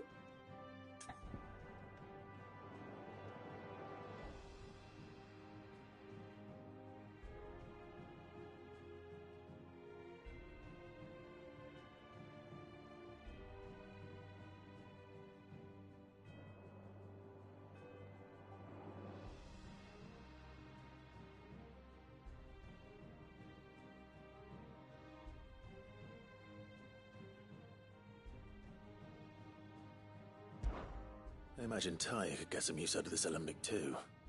Distilling medicines and the like. All right. Why not? Proper job! So what exactly do you need for this filter? Nothing but bomb ash'll do, says the chief. Gave me a sample she'd obtained from the university stores. Couldn't believe my eyes. You pour the blackest blight water through it, and it comes out clear as a mountain stream. So, I did a bit of reading about where I might be able to get hold of some. And do you know what I found out? It's only the blimmin' bones of a bomb king. They leave them behind when they die, see? I take it that's where I come in. If you wouldn't mind. I saw a billet on the hunt board for one just the other day. Would have gone myself, but, well, fighting dirty great balls of flame isn't exactly my forte. You, on the other hand... All right. I'll see what I can do. Thank you kindly. And a good hunting, eh?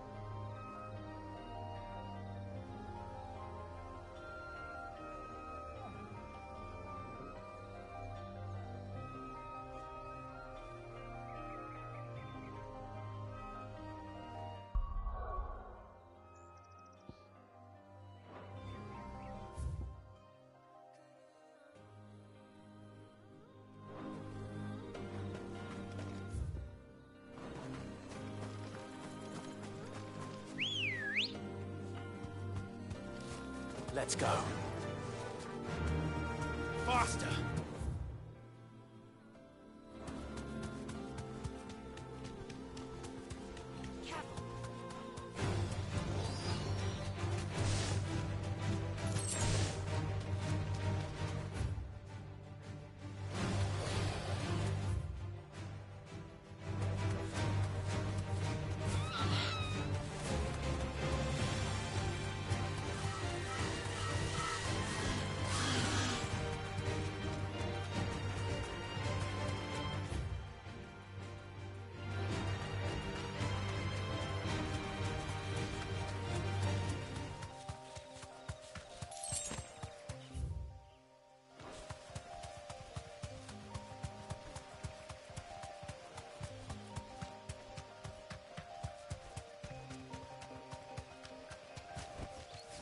That'll do, girl.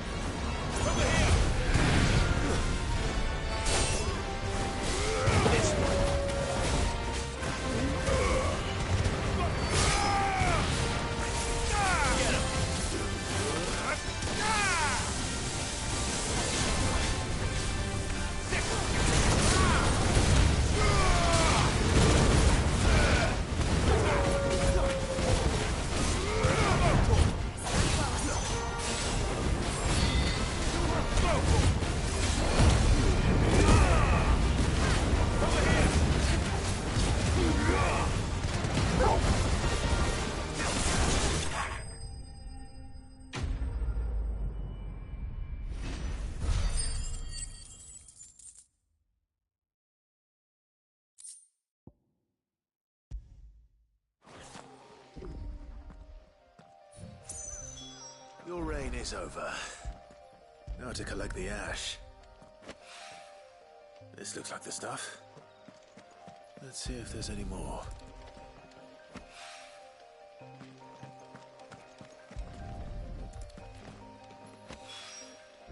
That should do it. If a wine needs more than this, he can fetch it himself.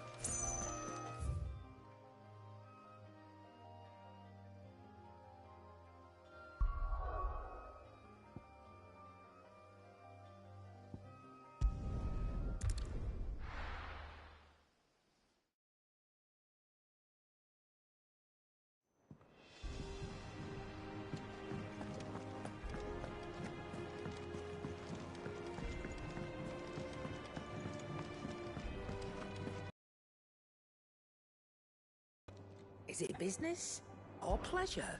Go on, then. It'd better all be here. Finished, are you?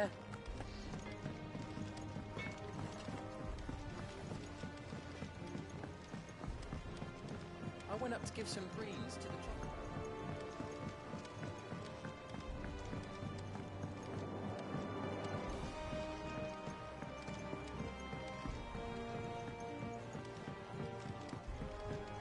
Wish I could take them up.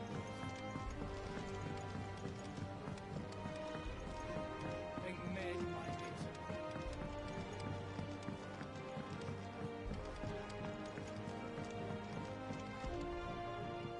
All right there, Sid? How's that hunt for the bomb ash going?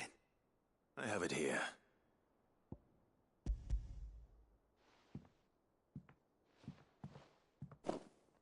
That's the stuff. And plenty of it, too. Enough to keep the Alembic bubbling away for a good old while. You're a gent, Sid. Let nothing say otherwise. Right then, let's get this contraption up and running.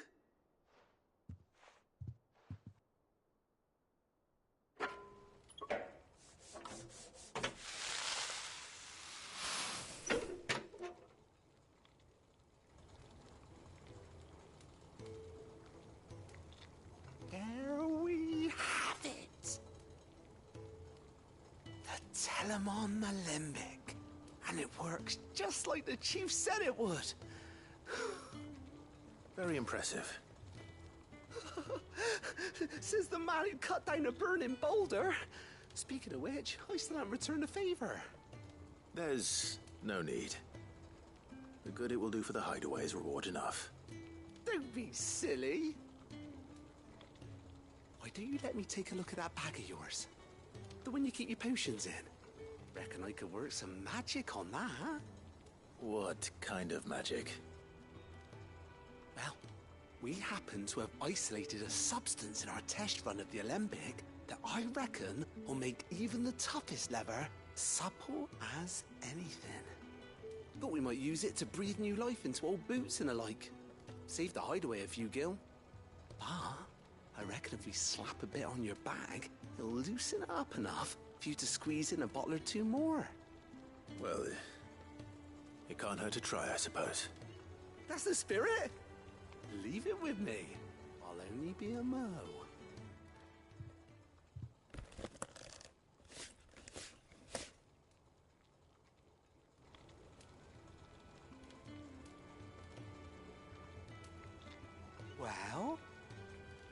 What do you reckon? It certainly feels more flexible. Right? Told you. Thank you.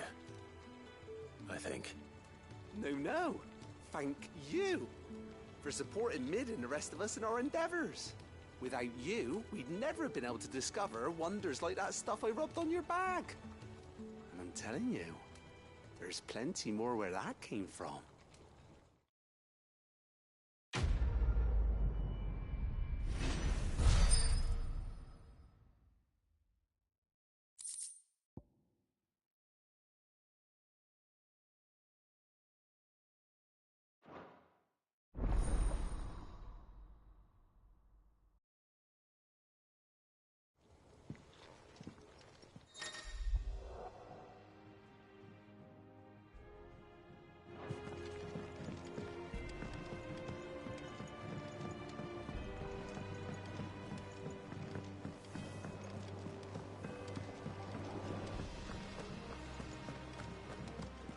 Wish I could take one of our birds.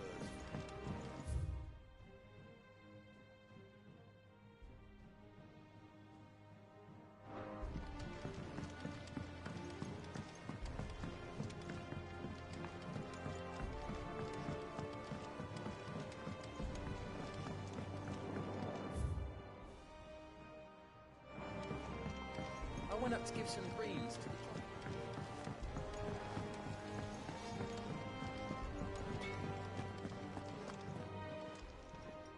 And what can I do for you? If you're gonna buy something, be quick about it. It'd better all be here. You'll not find a better price than that. It'd better all be here. You're rubbing me blind, you know. And how were you gonna carry all that? Well, don't just stand there gawping.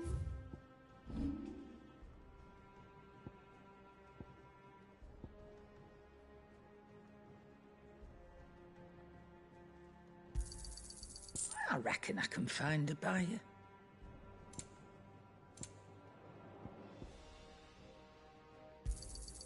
You got out else?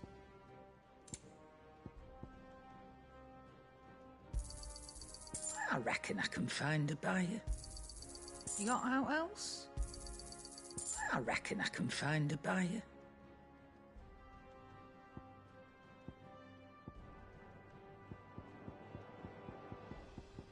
Come again, or don't.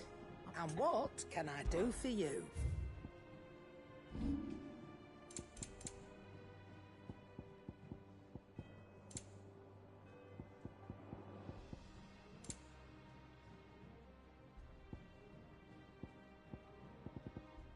Finished, are you? He cracked the crystal too.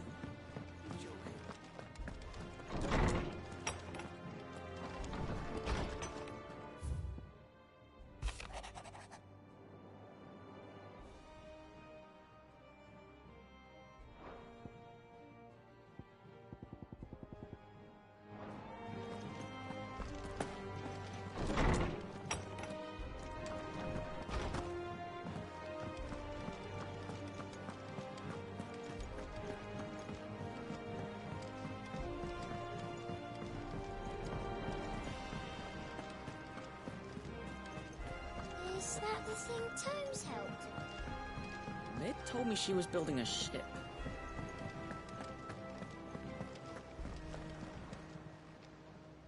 Oh, I wasn't expecting you back so soon. All yours. Best of luck out there, Sid.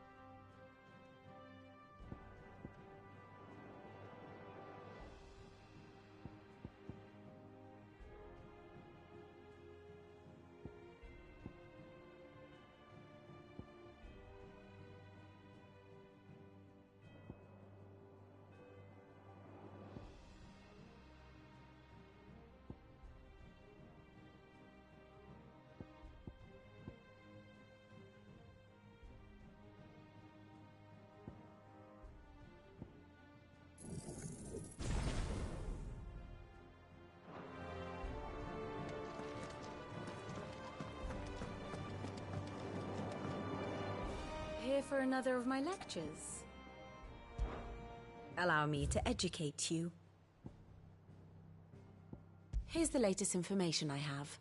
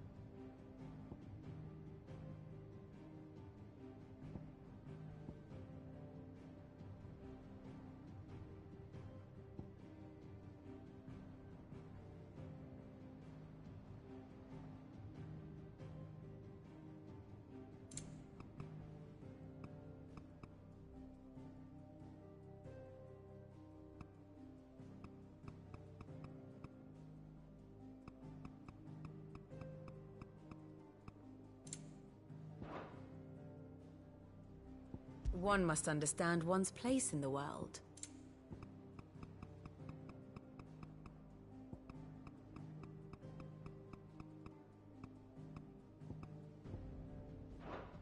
Thus ends today's lesson.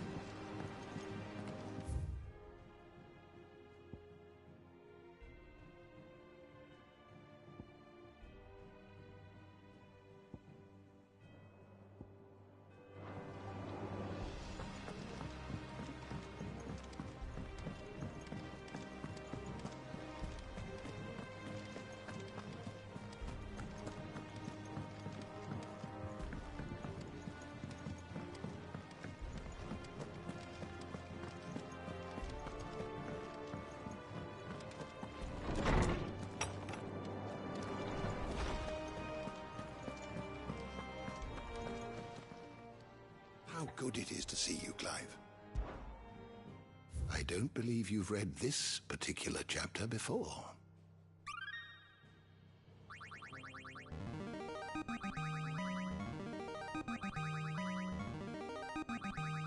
I have quite the find for you today.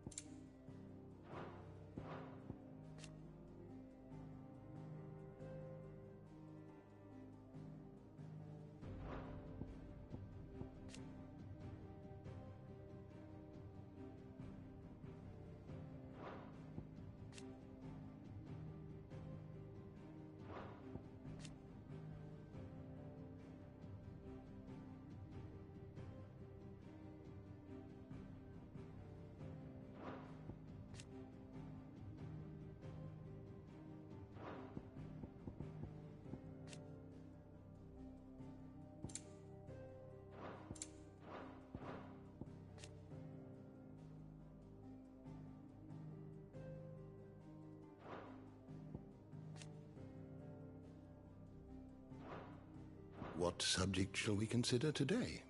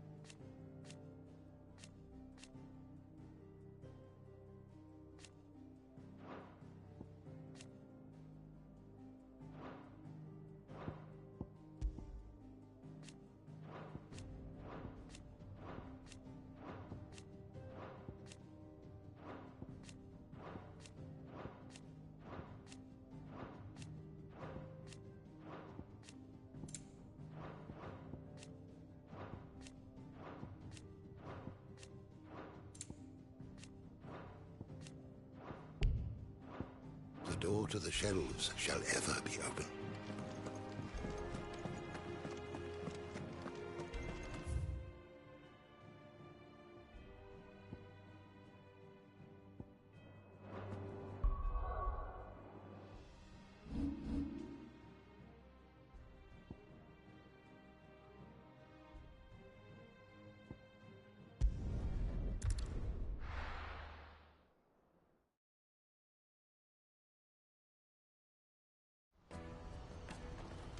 Let me carry your goods. I'm cheap. You won't find a finer array this side of the strait. May Gilbert smile upon you.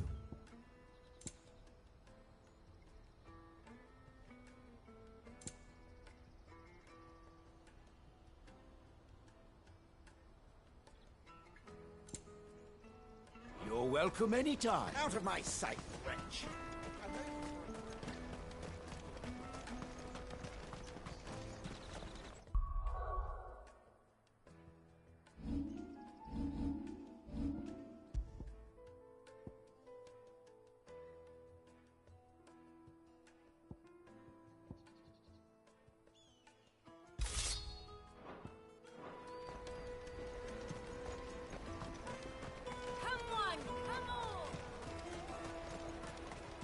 Caravan stops next. Juicy pears! What I really want to be is Here you are, good. Try not to lose it again. Me pass! You found it! Oh, thank you so much. Nan would have killed me if I'd come back without it. I'll have to say thanks to Elle and Theo, too. So should you, Hunter. You and your friends don't have to steal anymore. If anyone threatens you again, you know who to turn to. We do. And we already have. Miss L's given us a job shifting the chocobo shit out the stables. It's hard work, and the pay isn't half what we got from the stones. But if we stick at it, we'll keep ourselves fed. You stick at it, then. And Goots, I'm sorry for stealing your pass. That's all right. I've got it back now. And all's well that ends well, eh? You said you're trained to be a blacksmith, right? Well, I'm gonna be your first customer. I'm gonna save up all my gil and get you to make me a massive sword. I'll do me best. Till then, eh?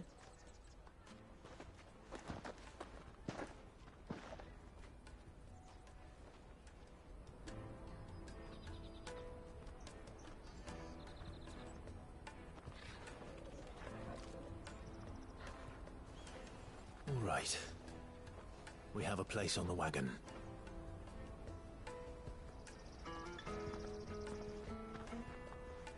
Remember, Goots, we're mercenaries. You hired us to protect you. Mercenaries. And you remember the plan? You're to ride all the way to Twinside. Jill and I will go with you as far as the outskirts, then find our own way in. I'll buy that stuff I need. Right. And we'll scout out the Imperial's defenses. There's a square with a big bell tower right in the middle of town. If you get lost, or out goes wrong, we can meet up there. All right. Let's go.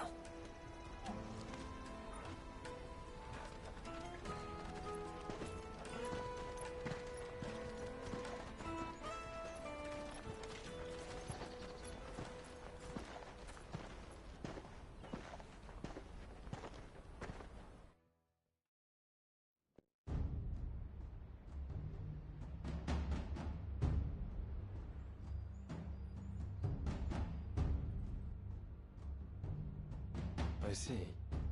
And you're quite certain your father has no knowledge of Ultima? I am. I have no difficulty believing a sinister force has come to exert an influence on Sanbreque. But be that as it may, it is yet to claim my father. For better or worse, his radiance speaks his own mind. Then the fiend works from the shadows. I confess, when first you told me of this fiend, I I had my doubts. And more than a few at that. A beast that labors to plunge Valisthea into turmoil, all in pursuit of your brother.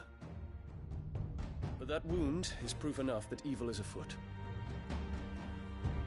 Then I have your answer, Your Highness. You will join me in my fight. I cannot. Not yet.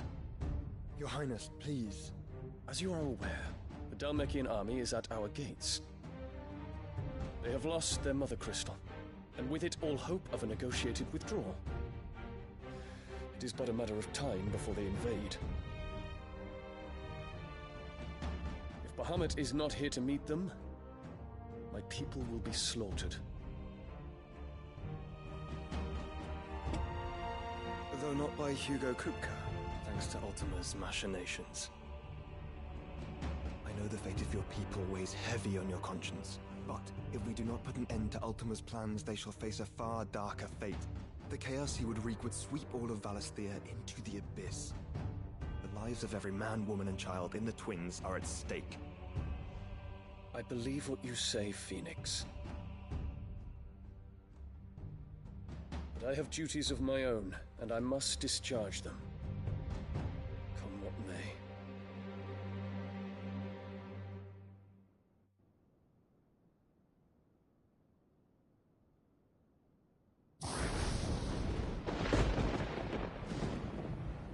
What do you know of my blood?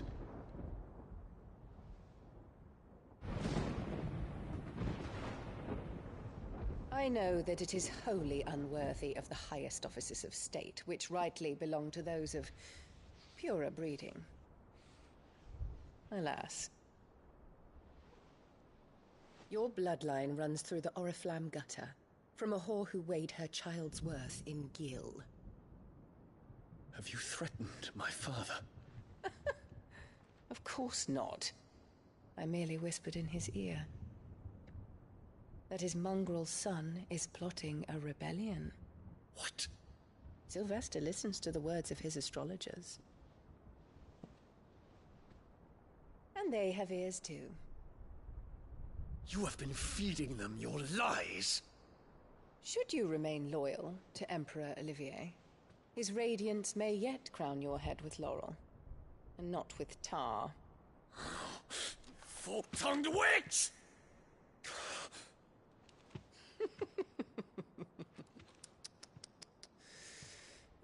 In consideration of your long years of service to the Empire, I shall forgive this uncharacteristic rudeness. Now hurry and make ready, Your Imperial Highness. Emperor Olivier expects much of you, Dion. Or should I say, of Bahamut. May your fire reduce his enemies to ash, till all of Valisthea bows to its rightful ruler.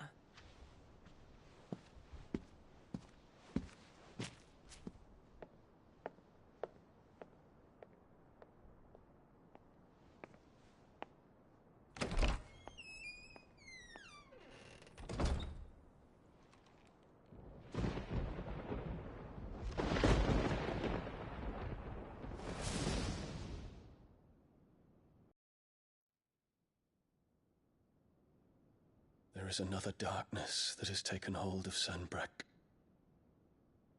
And until its grip is released, the flames of war shall spread ever wider, just as Ultima wishes. Forgive me. My family has caused you much grief. You are not her keeper, Phoenix. This is a matter for the Imperial household now, and as a member of that household, it falls to me to resolve it. At such time as that is done, what strength I have shall be yours.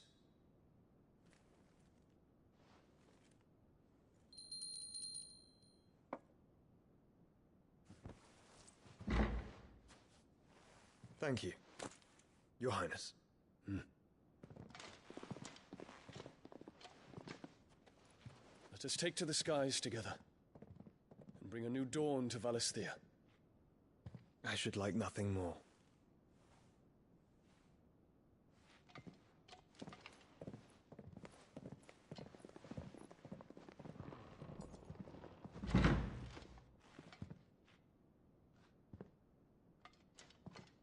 Terence.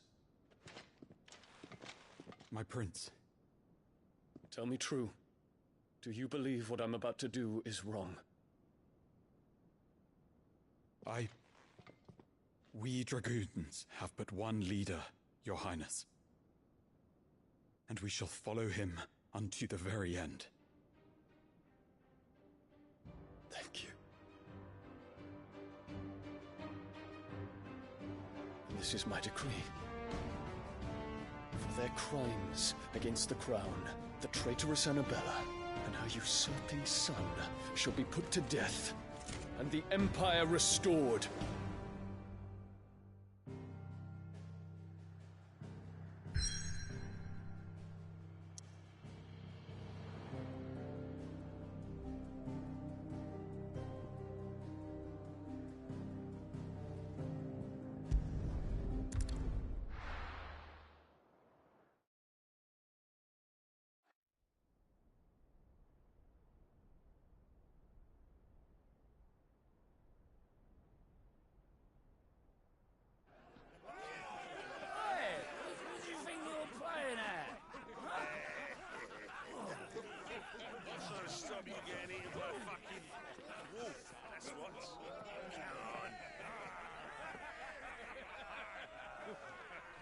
One would never guess that these people stood on the brink of war.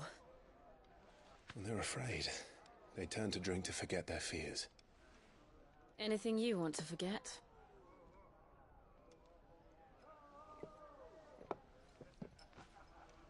The harbor is empty, and half the market stalls too. The city may seem peaceful on the surface, but it's balanced on a knife edge.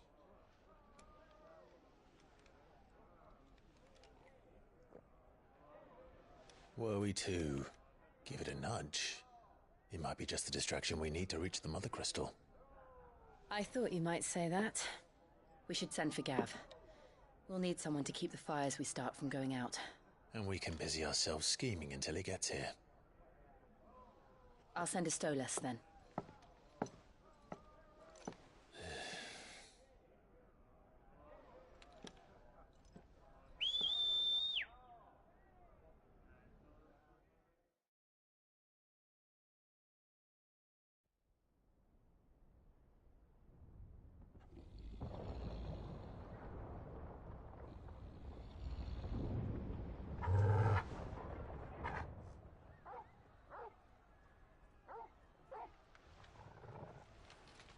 What is it, boy?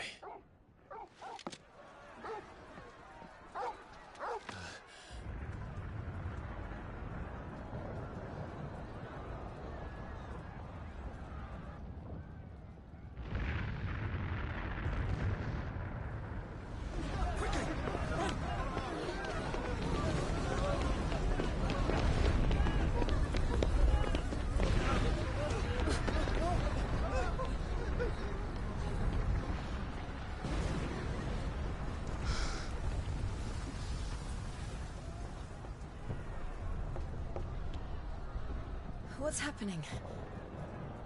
I don't know. Torgal!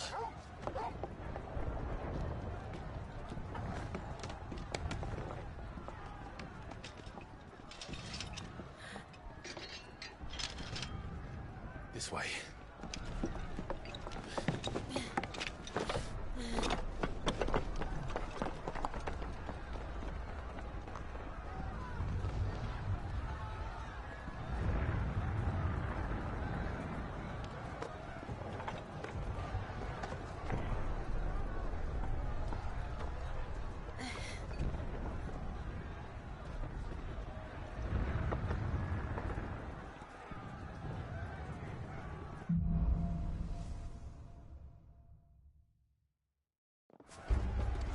The city's on fire. But Shogun's is fine. He'll be making for the square. The one with the bell tower. In the middle of town, right? Guard, watchman or sentry is to be slain on sight. Must spare the citizenry. His Highness's orders were clear. The people are... Those were Imperial Dragoons.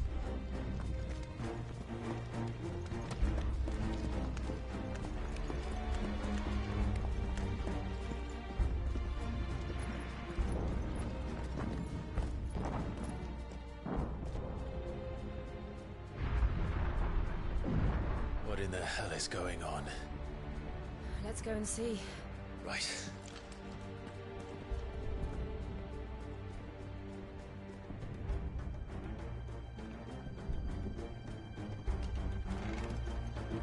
But first we find Goots.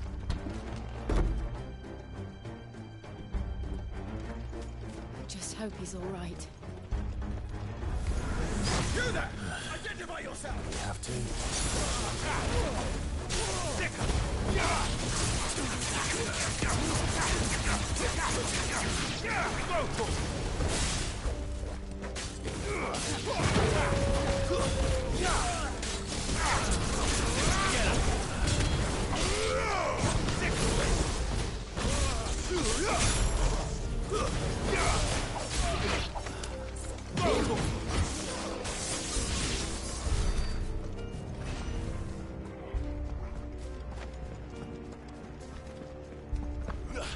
Around! Quickly! Cut them down!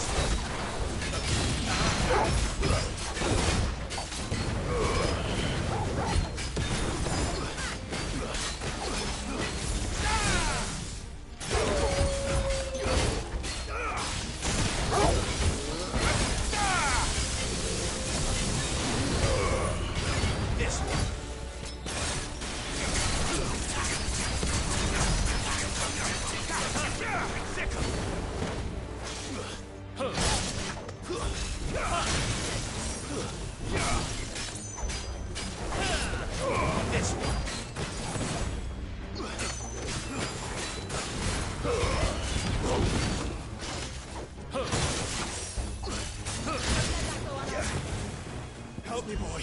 Well done, Tom.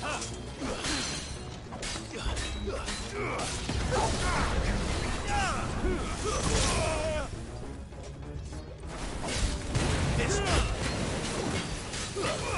Over here.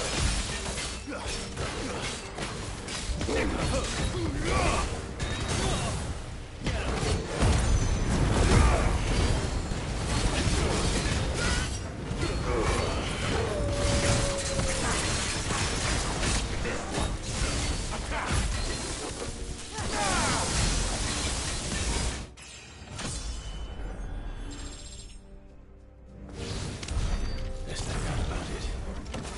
They're dragoons. What is this then? A civil war?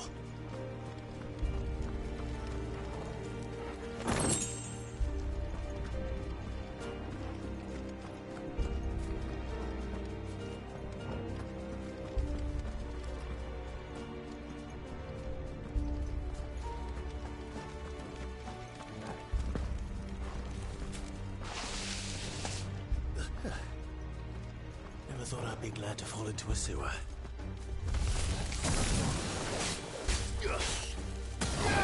This one.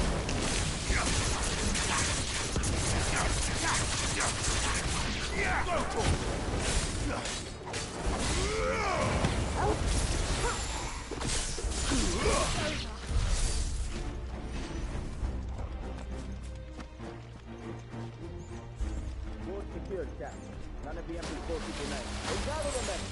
We press on to the council chamber. Yes, Captain. What of the men and women in the market district? The evacuation is complete. Good. Then all that remains is thrown and head down. There it is. The bell tower. Right. Let's go.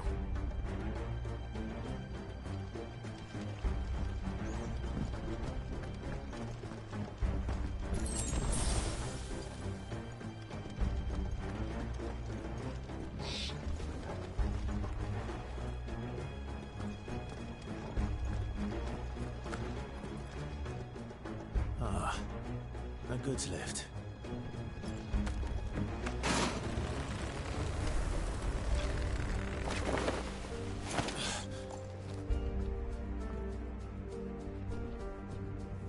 Where in Grigger's name did you come from? The Emperor.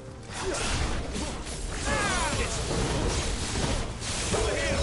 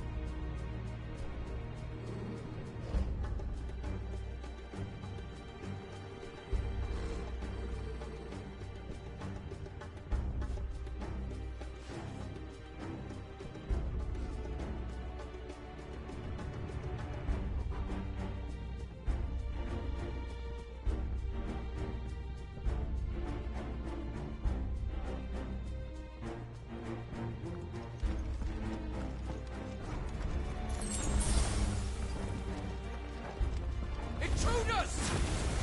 Defend the gate! Go for it! Get him!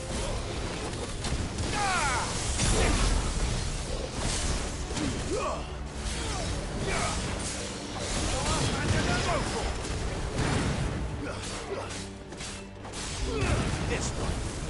Sick! Get him! Get him!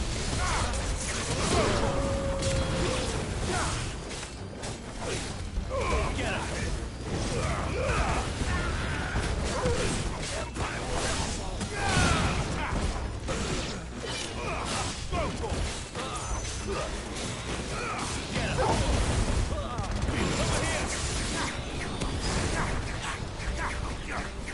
Get him!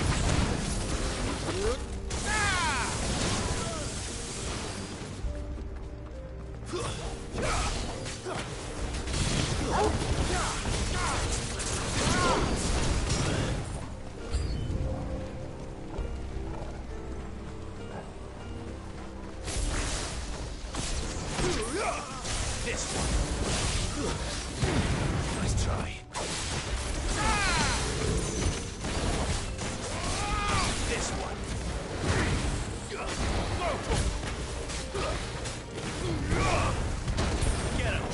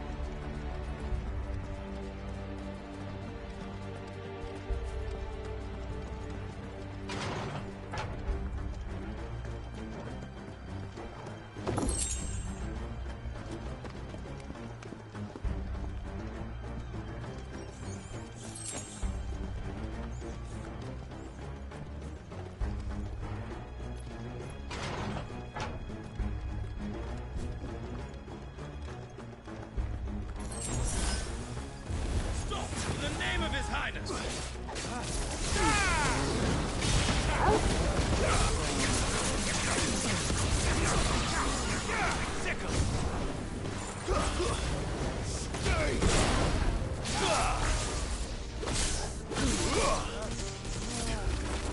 for Get him!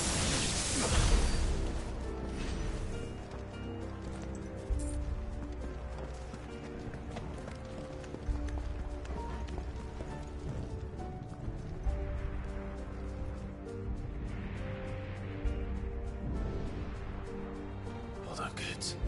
We're coming.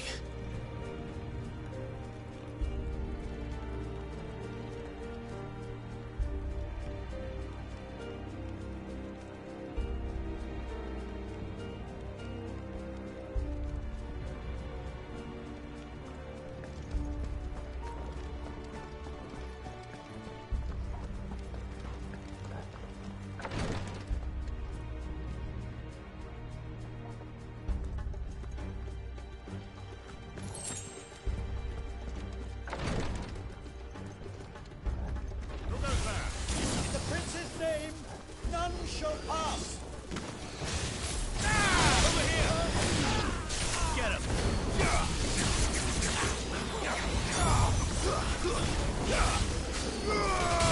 It's over. Over here! To me, boy!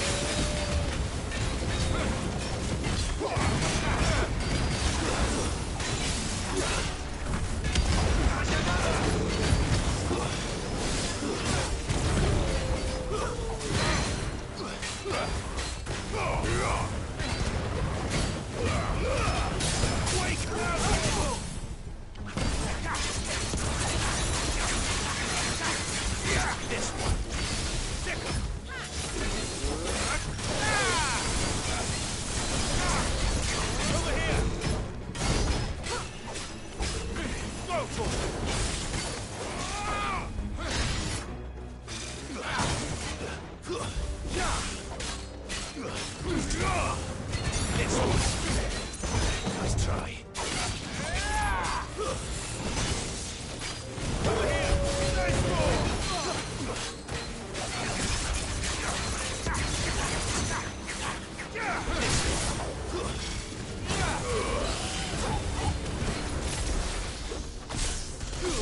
You're not best.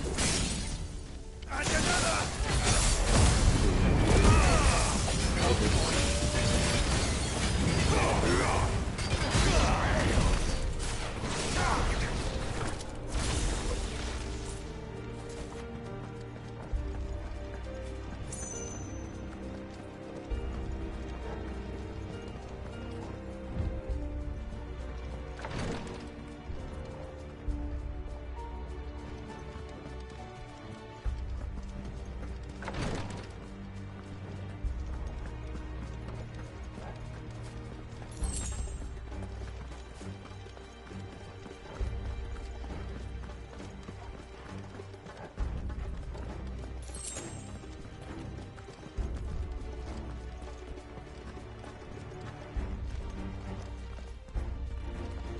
Enemies on the ramparts! Kill them!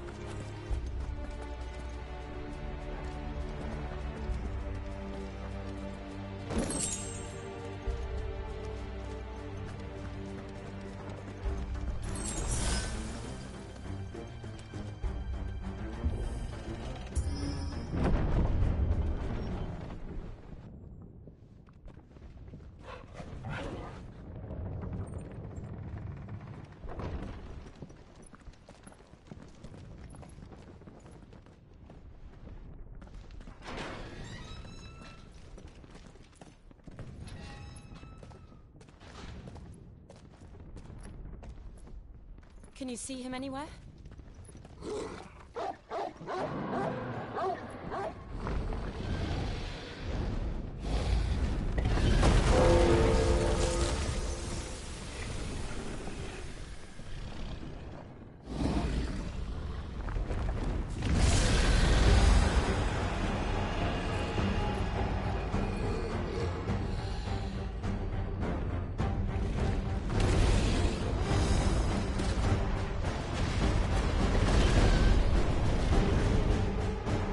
Must be one of the Dragoon's pets.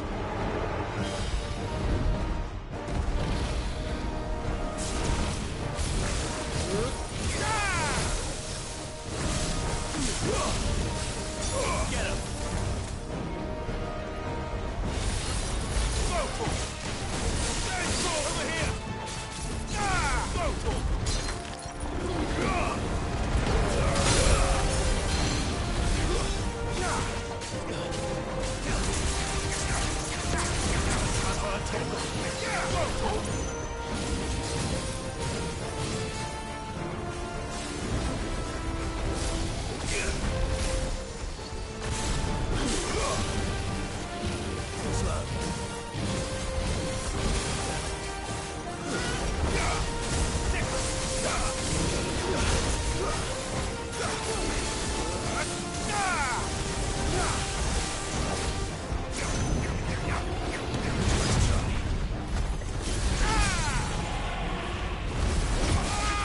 Over here!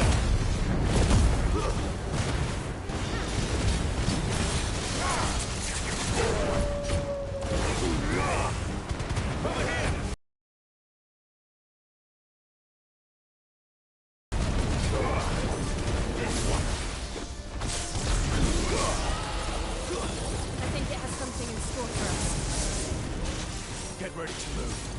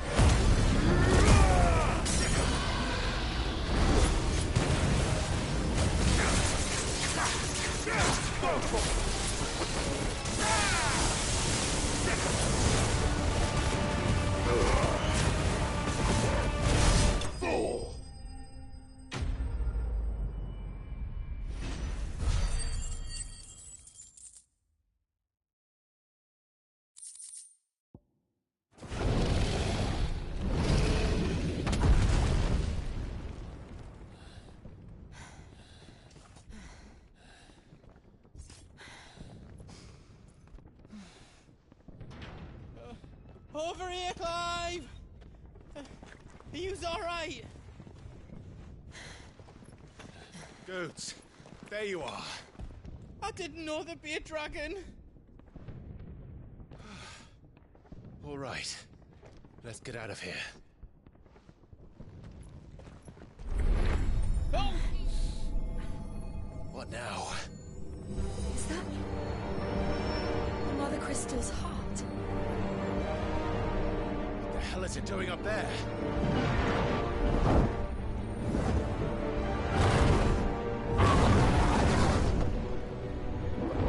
Bahamut.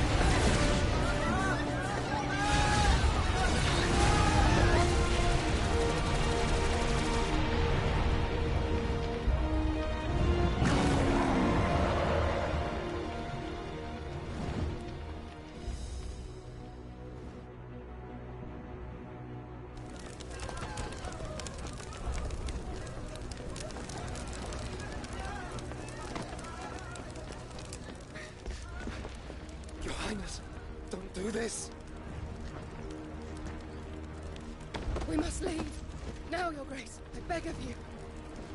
This is not what he wanted. Something's happened. Forgive me, Yod, but I must put a stop to this. Your Grace!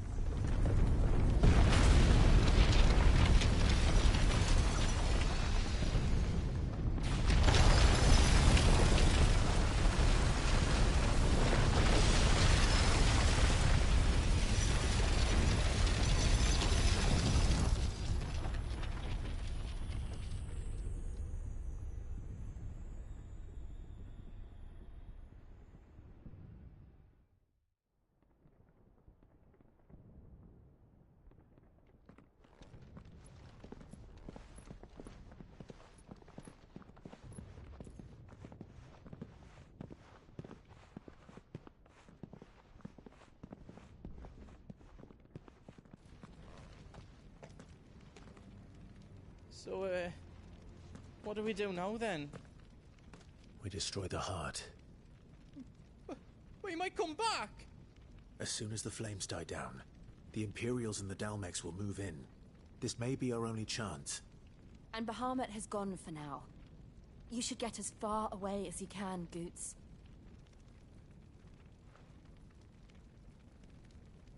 What? And leave you lot in the lurch? I can't do that. If you're staying, then so am I. I packed everything up before I made a run for it, so if there's out yous need, just ask. But I won't be giving it away for free. Nan'd never forgive us if I did. Thank you, Goot.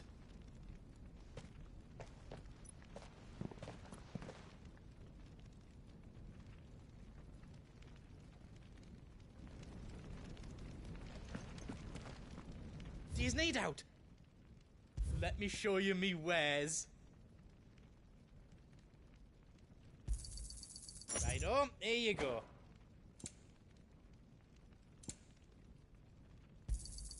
Thank you.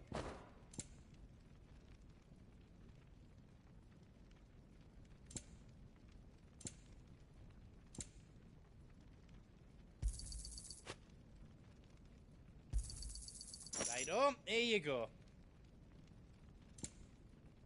All done then? Whatever yous need, leave it to me.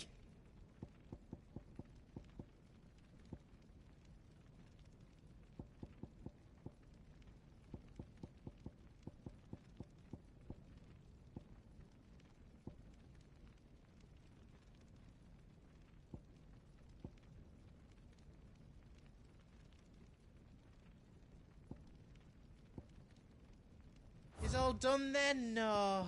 Are you all set then?